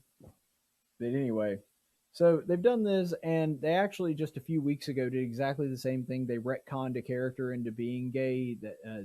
This character is a new character, but they retconned Tim Drake, who has been one of the Robins. He's actually the third Robin from, I don't know, maybe the 70s, I think. Been around for a long time, 70s or 80s at least. And so they retconned a classic character and said that he was gay. And just like I said about that one, all of this is a dumb publicity stunt. All they're trying to do is check off the woke bingo, I guess it is, to make sure that they're fitting in and have popular characters that are now identified as being part of this. And I really loved how in the comment section there were so many people who are like, well, it's great to finally get some recognition in comic books for the LGBTQ community because we're so underrepresented. I'm like, yeah. Anyone that could say that is revealing that they have no idea about anything when it comes to comic books. Because if anything, gay people are wildly overrepresented in comic books. They make up like 2% of the population, and you can't find a comic book series nowadays that doesn't have at least one, if not multiple, gay or bi or trans characters in it. And so it's part of the reason that I haven't really bought many comic books that were written after 2010 because they just became liberal propaganda pieces, and they're not even about the story anymore, which we'll get to here in a second. But it's just obvious that what's going on here is these things are not written for the fans anymore. Let me give you an example here. We all know that when it comes to movies, there is a certain class of movie that is made specifically to make money. Your Star Wars, your Marvel movies, your Indiana Joneses, your big blockbuster type movies. There's movies that are made for the audiences to try to get as many eyes on that as possible, to get as many people to spend money on this movie as possible. And it's not limited to those. Those are just the action movies that I like. But, comedies, horror, rom-coms, all of these things, these are commonly known to be big money makers for Hollywood. And because of that, Hollywood tends to make these stories and these characters that sort of revolve around the values that most Americans find palatable for use in a story, because storytelling is inherently a conservative proposition, because if you are reflecting good values, which is a conservative position, then you're going to have a good story. I could go through each of these as examples, but that's beyond the scope of what we're talking about today. But the point is, that's the kind of movies that get made for the audience. And then there's another class of movies that are really only made to win Academy Awards, because like 10 people see them, no one likes them, except for the people that vote for the Oscars. And then you have, what was that movie that won a couple years ago, Moonlight, which, didn't even come close to commercial success, and yet won Movie of the Year because it's about a gay black person. And it basically checked off all of the woke things on the checklist on woke bingo. It got all of the rows on woke bingo. And so because of that, the Academy felt that they had to make that one Movie of the Year because it fit all of their values. And so you have two different kind of movies that are made with our values, done for the general public, and movies that are made for a select few pretentious snobs in Hollywood that rate movies and thus give those movies awards. And this is the same thing that's going on with comics. They know that this is not going to sell comic books. They know that this is not going to appeal to mass audiences. And by the way, comic book readers as a general rule are pretty liberal. I'm kind of an outlier in that I'm a conservative comic book nerd. A lot of people that are into that kind of thing tend to be very liberal. But the thing is, there are tons of gay comic book characters, and those comics tend to not sell very well. Oh, they might sell some novelty issues here and there, but at the end of the day, they just don't turn enough profit to keep them going long term. And that's because even people that are okay with homosexuality, even people that would cheer this on and think that it's a good thing that there's representation, they might like it in the sense that it makes them feel good that that's going on, but not enough for them to actually read it. Because the thing is, it's hard for even those people to relate to a guy that is attracted to another guy. That's something that is foreign to them. Even if they think there's nothing morally wrong with it, they still don't really want to read about a story about that at the end of the day, and they're not really willing to spend money on it because it's not something that they can personally relate to. And this has been proven over and over and over again. There's been gay characters in comics since the 80s, since before I was even born. And those characters tend to just not be very popular. There might be some exceptions, some that I'm not thinking of right now, but by and large, those characters don't break out, and those characters don't become big money makers. And so now what they're trying to do is they're trying to make old characters that are established, or at least wearing the mantle of an established character, in the case of, Superman's son, who's the new Superman. They're trying to take those and co-opt them so that they can make people like them because it's based off of a character that they already like. It's not going to work. It's simply not going to work because it's too different from the original character. And the fact that they feel that they have to co-opt an existing character to make this work is indicative of the fact that they can't write for a compelling gay character that has mass appeal, because that appeals to an extremely tiny minority. And that's not going to sell comics. And so the point is, they know that this is not going to make money. They know that there's not a large public outcry for this. They just want their woke friends in New York City to come by, pat them on the back, and talk about how brave and beautiful they are for putting this forward, and then everybody will forget about it 2 seconds later. And that's why I'm not really that upset about it. I mean, I do hate the fact that they're trying to co-opt these characters and trying to ruin them. But at the end of the day, I mean, I would just rather them write better stories. But at the end of the day, this isn't really going to affect all that much. Because these comic books that they're writing are going to go by the wayside. Nobody's going to buy them. And then they'll go back to writing classic comic book Superman, who, you know, has a crush on Lois Lane and winds up chasing after her and Wonder Woman and several other female characters within the DC universe, because that's what people actually want. And the truth is, DC Comics knows that. They just refuse. They're just doing this to try to get a backslap at some of the hoity-toity New York, you know, galas that they go to and talk about how great they are. But that's ultimately what's going on here. I did want to share this. Superman, this is the next thing that they've done. In the article directly following the announcement that he's gay, Superman is making a big fight against climate change. Yeah, that's a real panel from the comic book. Superman is there protesting the climate. And by the way, I didn't know this until I read the article here. If you look at the sign that is held by that guy right behind him with pink, by the way, that's a new Superman's boyfriend. That apparently is a direct reference to Greta Thunberg. I did not know that, but if you want an idea of how ridiculously woke these people are, I'm a news person, and I had no idea that that's a callback to something Greta Thunberg did. So these people, I mean, now, do I think that they know that they're not going to make money off this comic? Yes, I absolutely believe that. I stand by what I said. But the point is, they believe it, and they're like neck deep in this stuff, because I didn't even know that.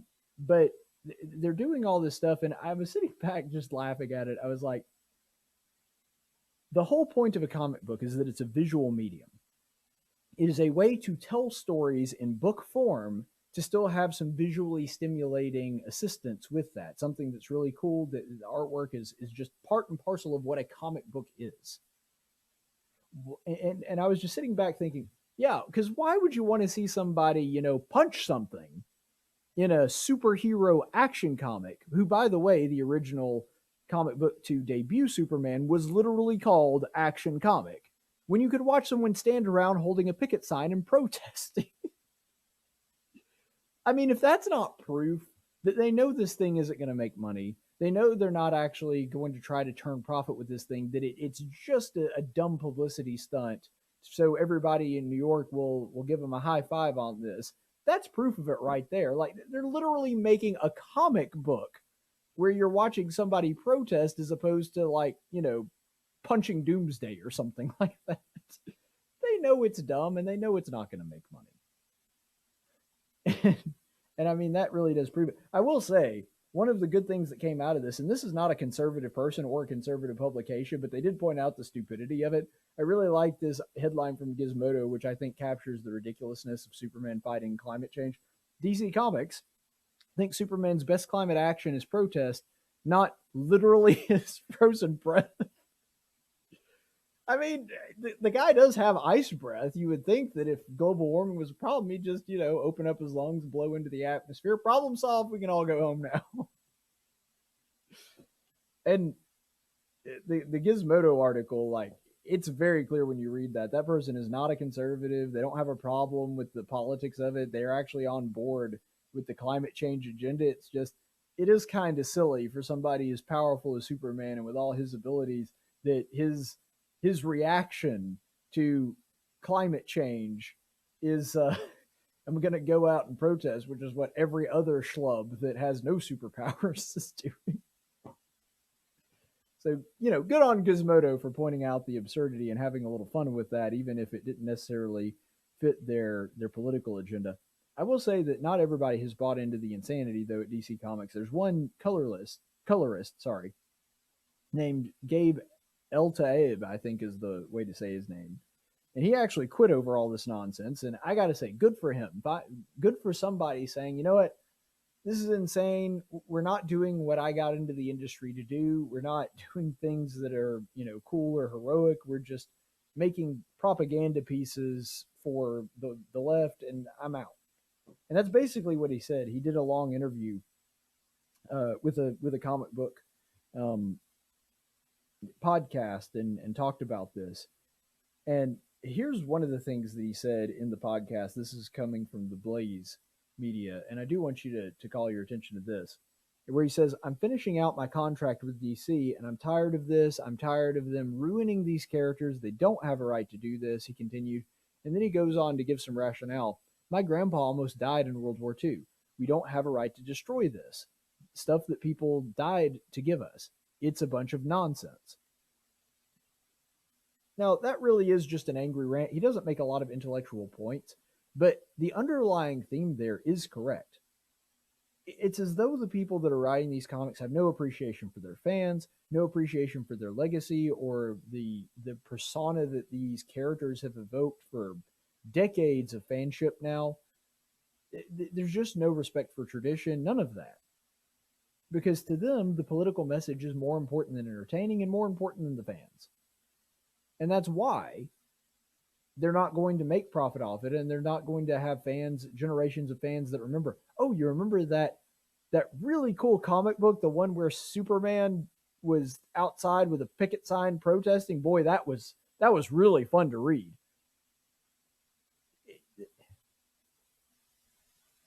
When he says they're ruining the characters, I tend to not be as upset about that, because I don't think they're ruining the character. Superman is always going to be Superman, no matter what idiot leftist takes over the reins of his story arcs from now on. Like, that doesn't ruin who the character has always been. But I understand the vitriolic response. I really do. I understand why you can be upset that this is something that is canon and in an official capacity, because it is with DC Comics, who owns the character, trying to take this character who is the exact opposite of that and saying, this is who this person is now. But ultimately, he really does hit the nail on the head, and that's why I actually really respect this colorist, because it wasn't just a random angry rant. He actually hits at the core of the problem in this next statement that he makes, where he says, what really ticked me off was saying truth, justice, and a better world. It was truth, justice, and the American way, said El-Taib. And that really is at the core of it. Not just the saying itself, but that they despise everything that Superman stands for.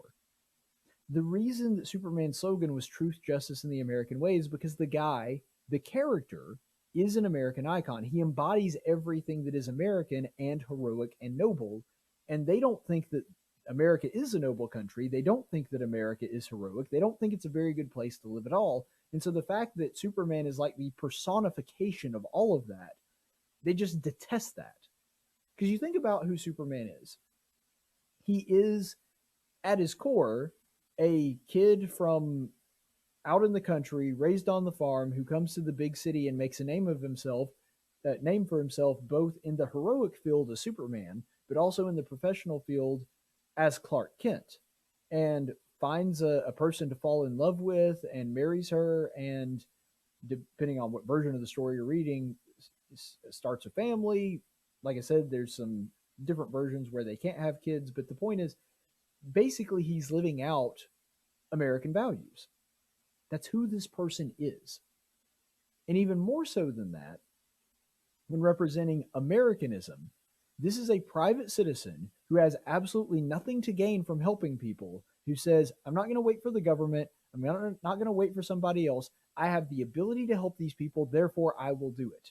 I will do it for no other reason other than it is the right thing to do, and I have a responsibility because I have these abilities to use it to better my community and my fellow man.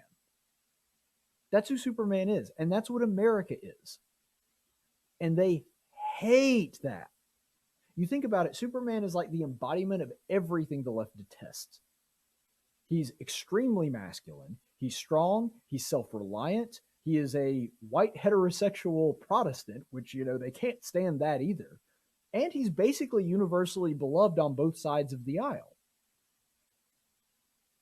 And I mean, he just embodies all of that spirit of do it yourself and don't wait on the government and trust people and, um, you know, you do things for others. And on top of that, he's a very overtly messianic figure.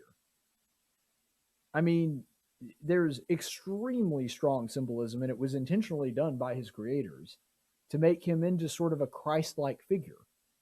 And of course, that's the thing they detest the most. And because of that, they have to do one of two things. Either they have to tear him down and make him irrelevant, or they have to shift him into a symbol that is powerful for their side and something that they can use and they can point to. They've chosen to do the latter, but it's not going to work. Because in the public eye, at least the people that actually know Superman, they know who he really is and what he really stands for. These people obviously don't, or they do, and they hate it, and that's why they're trying to destroy it. But ultimately, the left would really much prefer an authoritarian Superman that just makes people do what he wants. They would prefer like Red Sun version of Superman or the Justice Lord version of Superman, Ultraman, something to that effect. But Superman used to be universal. He used to be a unifying figure. He used to be something that all Americans could look to and say, like, that's the American ideal. This is a person that his whole goal is to be so good that he inspires goodness in the average person. He wants to be inspirational, like a messiah, to other people. And the left just absolutely cannot stand that, and it shows in the way that they are trying to destroy him. They don't want a unifying figure. They want something that is polarizing and that drives conservatives away and upholds their values as the one and only true value. And that's why they don't like the idea that you could unite around the American way. And so this colorist actually hits the nail absolutely on the head. That is the core of the issue. The whole gay thing and having a black version of Superman and everything else, those are symptoms of the underlying disease, which is they hate Superman and who he stands for. And so they try to co-opt him for their side because they realize if they left him as is, he's actually a very powerful tool for the American side, for those who want to conserve American traditions and values. And they can't have that, so they try to turn him into a tool for their own use. But our second daily dose of stupid, and this isn't going to be a long one, but I did have to mention it because I found it kind of sad but hilarious at the same time. I mean, it's not funny what they're doing, but it is funny how their priorities are so backwards. Like you can't look at this and not see how they don't see it. So this is a tweet from our State Department earlier this week. I can go ahead and pull it up. There we go. So this is the official State Department Twitter. Today on International Pronouns Day, we share why many people list pronouns on their email and social media profiles. Read more here, and it takes you to an article that the State Department put together about why Americans list their pronouns like she, him, and they, her, and z, zir, and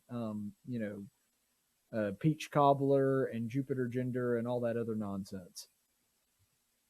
I'm so glad that the State Department's priorities are in the right place because, with everything that's going on with China basically looking like they're going to invade Taiwan any day now, and with Russia annexing Crimea and trying to take over the Ukraine, and both being our biggest geopolitical adversaries by a long shot and mounting military power, and, Russia trying to take over the energy sector for the entirety of Europe. It's good to know that the State Department is working on the real issues like this and not on other things or, elections or anything of that nature.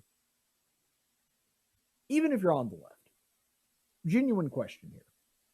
Even if you are on the left, do you not see that this is not something the State Department should be doing? I genuinely want to know that because the State Department, I don't see how this has anything to do with foreign policy, how it in any way affects our foreign relations with other countries. Why is the State Department wasting its time on useless crap like this when it could be doing something of actual productive value? That's what I don't get here. I mean, at the end of the day, does them tweeting out about this bother me because I think that it's wrong and stupid? Sure, I would say that. But even if it wasn't something that I thought was stupid, like let's say they were talking about, I don't know, the farm bill or something like that. Why would the State Department be talking about that? That's not within their wheelhouse. I mean, heck, if they were talking about something like religious freedom, something that I'm very much for, I would be kind of like, but it's the State Department. And if they were talking about it for another country, maybe that would be something that would be within their area of expertise. But why is the State Department talking about this anyway? I don't understand how this is something that is positive, especially since they were talking about it in the context of, well, some people put it on their email and social media. You guys are the State Department. What are you doing wasting your time with dumb crap like this? And I can tell, the thing is, it's not a mystery. I can tell you why people post pronouns on their email and their social media profile. All it is a virtue signal.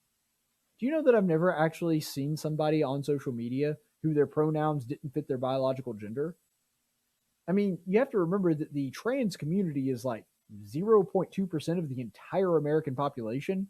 It's not at all uncommon for me to scroll through and like anywhere from a third to a half of the people that I go through on my news feed have their pronouns listed on there. And every single time, it's just the pronoun that you would expect because it's either him, her for a guy or she, her for a girl or whatever the standard one is. He, him, or she, her, I guess. But whenever that is the case, it's always just a normal person with normal pronouns. They're doing it to signal to other people, oh, I'm inside the woke community. I'm one of you. That's all it is. It's just to signal to other leftists that I'm on board with the whole trans thing. And so it's not useful. It's not something that, to make a big deal out of. All it is leftists high-fiving one another. That's really, at the end of the day, all that it is. So, I solved the mystery, State Department. You can stop worrying about it. I just told you why they do this. And what's funny is this is the same State Department that just a few weeks ago when the Taliban was taking over Afghanistan, they were like, yeah, but we're really, really concerned about the fact that the Taliban doesn't have enough female leaders. I'm like, you idiots do realize these are the people that are going door to door raping 12-year-olds like that. I'm not saying that having no female leadership in a country is something that is necessarily a good thing. I'm just saying that, like, when you got people going door to door raping 12-year-olds and burning Christians alive, maybe this is not at the top of your priority list. And maybe you shouldn't really be surprised when they're not like, you know what, we really do need to have a female on in the governing body here, when this is how they treat women. Like, maybe deal with the bigger issue here. Can we please have some level of perspective or a sense of priorities here? But the State Department can't do that because they have their head shoved so far up their butt when it comes to this woke stuff that they want to treat these people, which are essentially 8th century bloodthirsty savages, as though they're somebody that they can deal with in the modern world, that if we just sat down and reasoned with them, that they would be able to have female leadership. No, if you're encouraging people to go around raping 12-year-olds, I think that your sensibilities when it comes to that issue are a little far gone, and we're going to have to do a little bit more groundwork before we get you to the level where we can talk about having some females in leadership positions. Call me crazy, but I think that is a correct assessment of what is going on here. And to that point, with what's going on in Afghanistan, when the State Department could actually be worried about the absolute disaster that is, instead of posting things about why people have pronouns on their social media, this is a headline from Reuters while that is going on. Taliban praises suicide bombers and offers families cash and land. The Taliban praised suicide bombers who died during war against the former government, in other words, the government that we helped set up, and its Western allies, by the way, that would be us, and offered their families sums of cash and promises of land, the movement's interior ministry said in a statement. I'm not even going to pretend to be able to pronounce that name.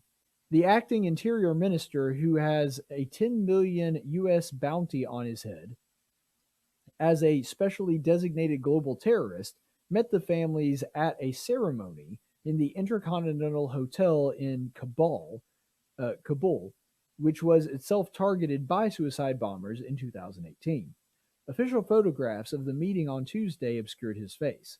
In his speech, the minister praised the jihad and sacrifices of the martyrs and mujahideen, I don't know, and called them heroes of Islam and the country, the minister said in a statement on Twitter. Now, I want you to notice that before we get into the content of what he's actually saying, notice at the end of that, this was a public statement on Twitter. They are so bold and so brazen and so convinced that the American military is not going to do anything to stop them, regardless of what they say. They are saying this publicly on Twitter, an American media company. This is a social media network that is based in America. They know that they're going to see it. And they're so convinced that the State Department or the military is not going to do a darn thing about it, that they don't have a problem with posting it in a public place like this. And considering that this is going on while our State Department is tweeting out about gender pronouns, I think that the Taliban is 100% right on that. Think about this. This is the newly reformed Taliban, remember, where Jen Psaki was telling us how businesslike and professional that they are and how they're willing to work with us and how we're going to have to trust the Taliban on some of these things. Yeah, when you're giving money and cash rewards to people that are suicide bombing people just for being American or even their own people for helping Americans, that's not a person you can reason with or have a working relationship with. And yet, the Biden administration is kidding themselves thinking that they can reason with these people. These people, as I said, are 8th century savages. They understand exactly one thing. When Trump dropped a Moab in the middle of their backyard, we didn't really have any problems out of them because they were terrified that the next one was going to be on their heads. Unfortunately, because of who these people are and the way that they live, the threat of imminent death is the only thing they actually understand. And this shows that. For the evil that they are committed to the cause. They do believe that anybody that helps America is evil and deserves to be suicide bombed. And they praise the suicide bombers that do it. And the truth is, this is not a problem that is only existing in the Taliban. Lest you think that, oh, well, this is just the Taliban that's doing these crazy things, praising suicide bombers and martyrs. And really, the poor Afghan people are being really sort of run roughshod over. Okay, first of all, the reason that the Taliban operates in Afghanistan is because they find that there's lots of people there that they can recruit that agree with them. And a Pew poll found that over 40% of the average Afghan actually approves of suicide bombings and thinks that it's a good thing.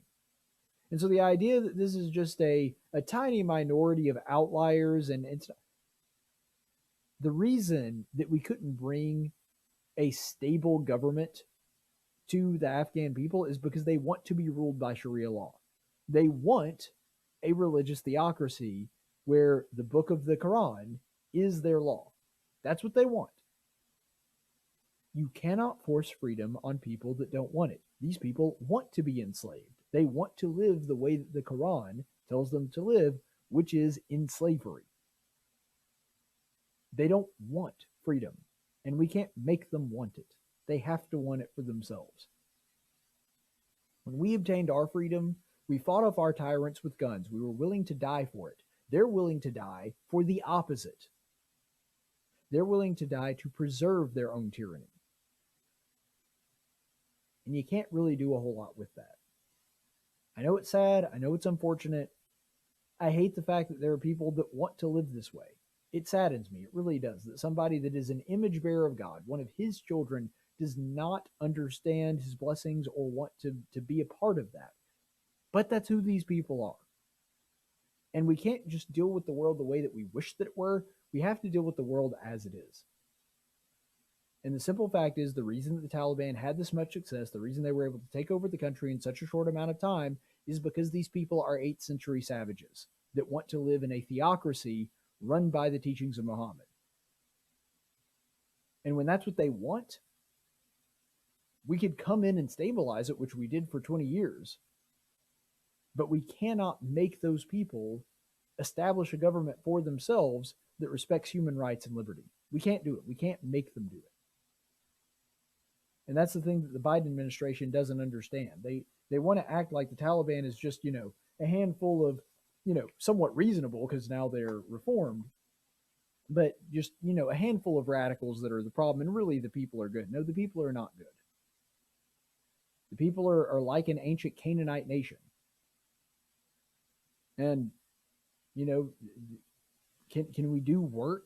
Are there good people there? Are there people that might accept the message of Christ and change their life around? And yes, I'm a missionary. I believe that. I'm just saying, as the country is now, we cannot deal with them in the manner in which we wish that they were. We have to deal with them as they actually are. And what they actually are is a country that largely supports terrorism and thinks that it's a good thing. I wish that it were not the case, but it is. Let's go to the chaplain's report. In 1775, the Continental Congress created the Chaplain Corps. Under the command of General George Washington, each soldier was required to attend worship service every Sunday. While other armies advanced on their feet, Washington's troops advanced on their knees. It's time for the Chaplain's Report with Caleb Colquitt on tactics. Our chaplain's report today does come from the book of 1 Samuel, and we're going to look at another episode in the life of David. This one's going to be a slightly longer reading, but I think we really have to read the whole story to get the proper context, so let's go ahead and dive right in. Remember, this happens while David is on the run from King Saul. 1 Samuel 25, verses 2 through 13. Now there was a man in Maon whose business was in Carmel, and the man was very rich, and he had 3,000 sheep and 1,000 goats. And it came about while he was shearing his sheep in Carmel. Now the man's name was Nabal, and his wife's name was Abigail, and the woman was intelligent and beautiful in appearance, but the man was harsh and evil in his dealings, and he was a Calebite. That David heard in the wilderness that Nabal was shearing his sheep. So David sent 10 young men, and David said to the young men, "Go up to Carmel and visit Nabal, and greet him in my name. And this is what you shall say: Have a long life, peace to you, and peace to your house, and peace to all that you have." And David rebuked his men with these words, and did not allow. Sorry, I'm missing one there. Don't know how that happened. Sorry about that. Now then, I have heard you say that you have shears. Now your shepherds have been with us, and we have not harmed them, nor has anything of theirs gone missing in all the days that they were in Carmel. Ask your young men, and they will tell you. Therefore, let my young men find favor in your eyes, for we have come on a festive day. Please give whatever you find at your hand to your servant and your son David.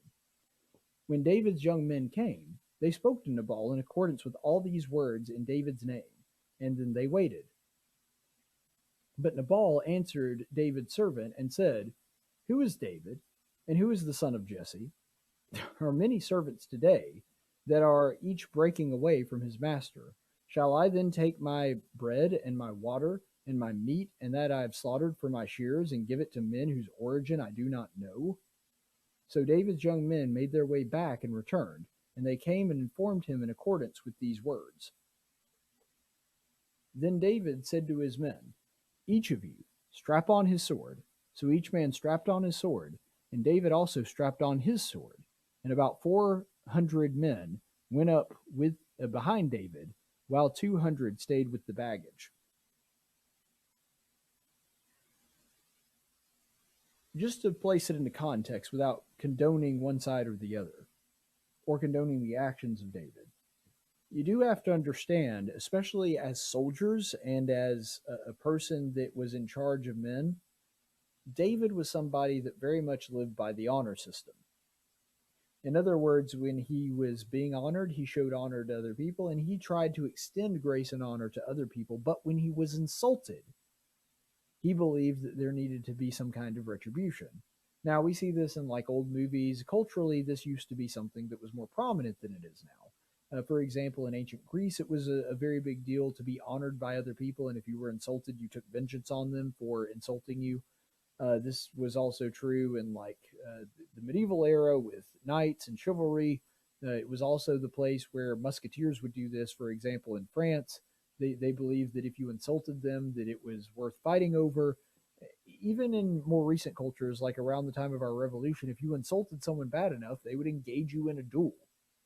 And so this is what's actually going on here. So you might think, well, it's awful small and petty for David to do this just based on being insulted. And to be honest, I agree with you. However, it is important to realize that culturally, this is something that would not have been all that bizarre, because it's not just that Nabal refused David's kindness and sort of, spat in his face.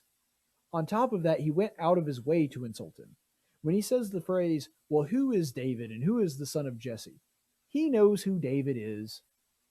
What he's doing is he's trying to say, you're of no consequence to me. Because even if he hadn't known who David was, he wouldn't have said it in this way. He is going out of his way to try to insult David.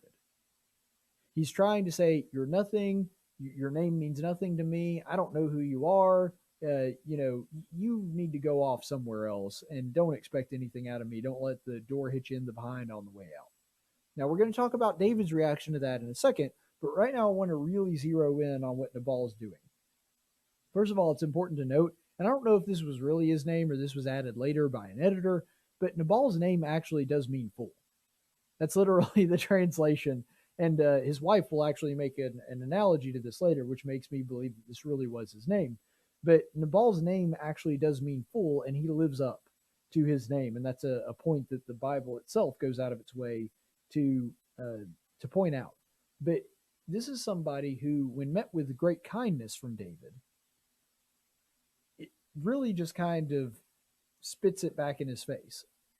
That David goes out of his way to try to extend some grace and some friendship and does ask for something in return, but he does so very graciously and humbly. He actually says, your son David. That is a term of humility. And so this is tantamount to David coming in very humbly, making a request, giving him honor, treating him and speaking to him in a way that even shows submission on his part.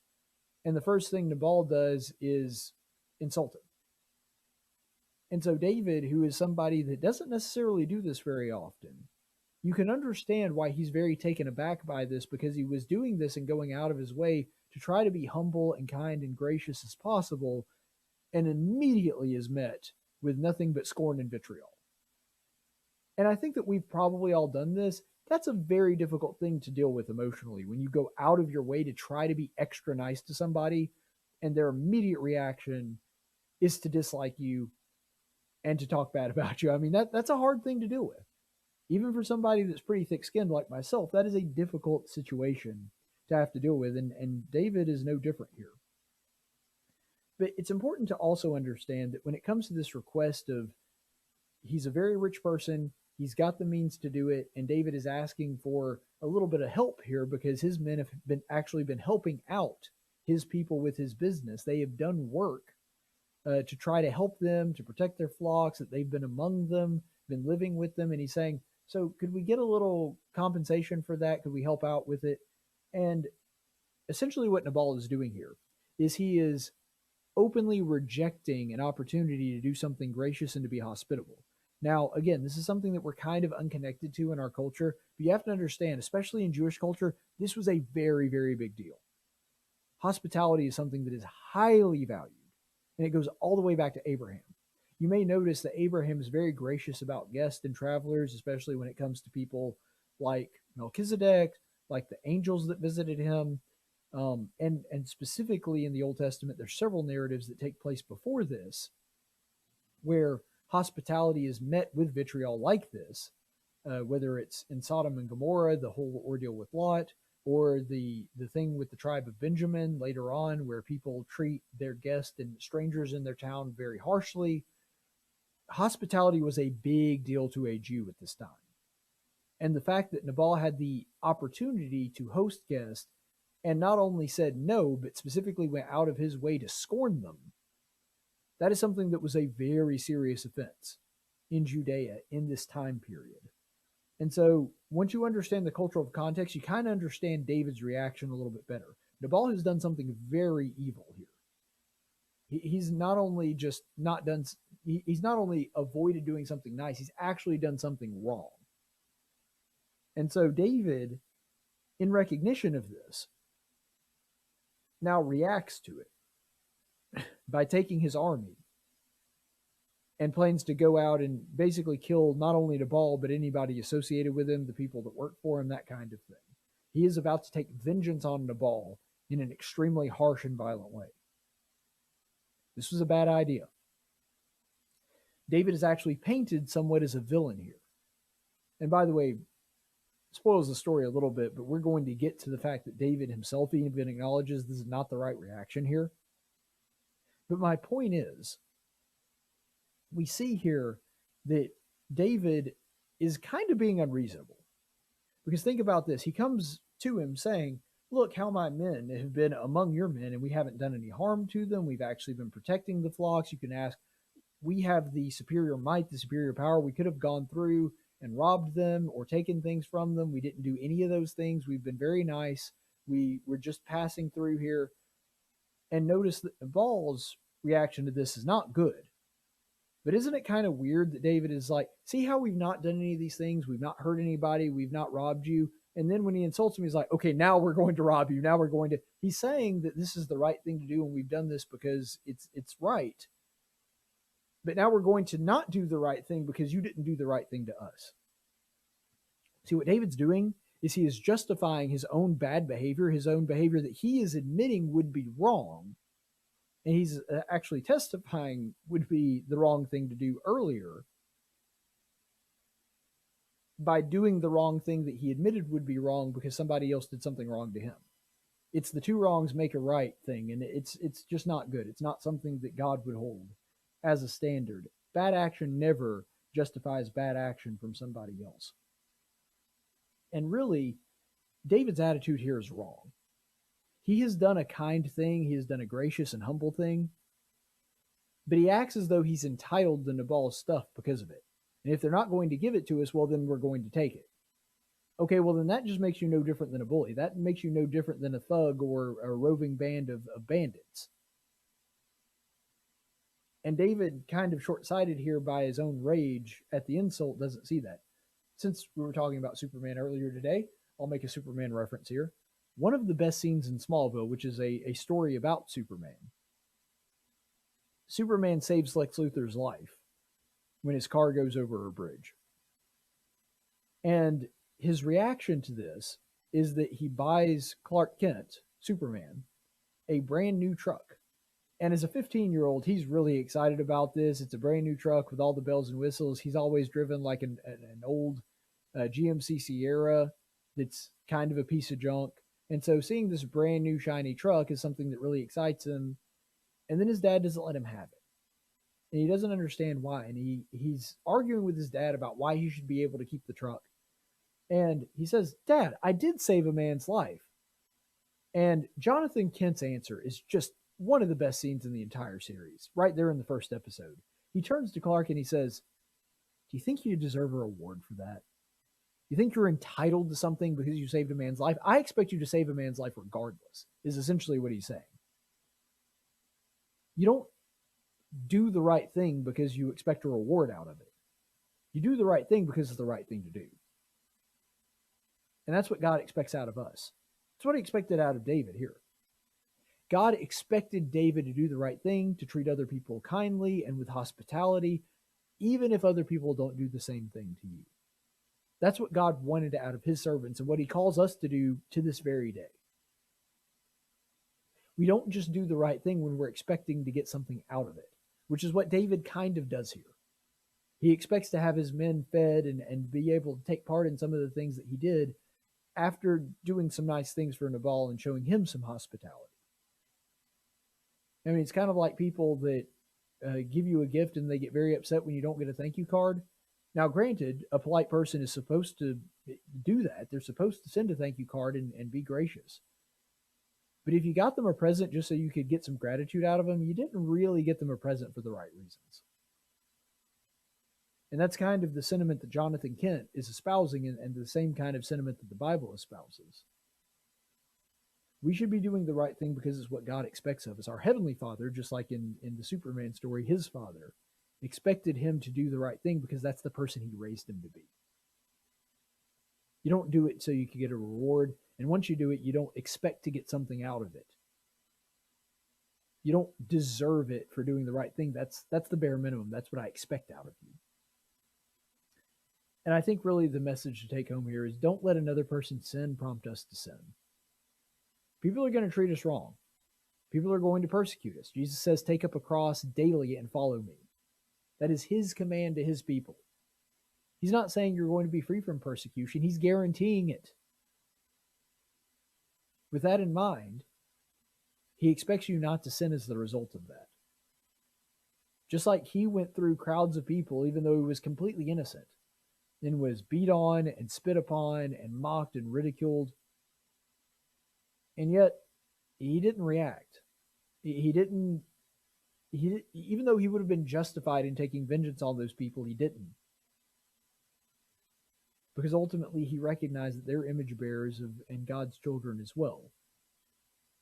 And so, don't let another person's sin prompt you to sin. Be like Jesus and do the right thing even when other people treat you poorly. Stay the course, friends. Thank you for listening to the Tactics Podcast. Tactics is a production of Not Ashamed Media. Any opinions expressed on this program are those of the host and do not necessarily reflect the opinions of our business partners or sponsors. Graphics by Jessica Dawson. Video production by Jackson Dean.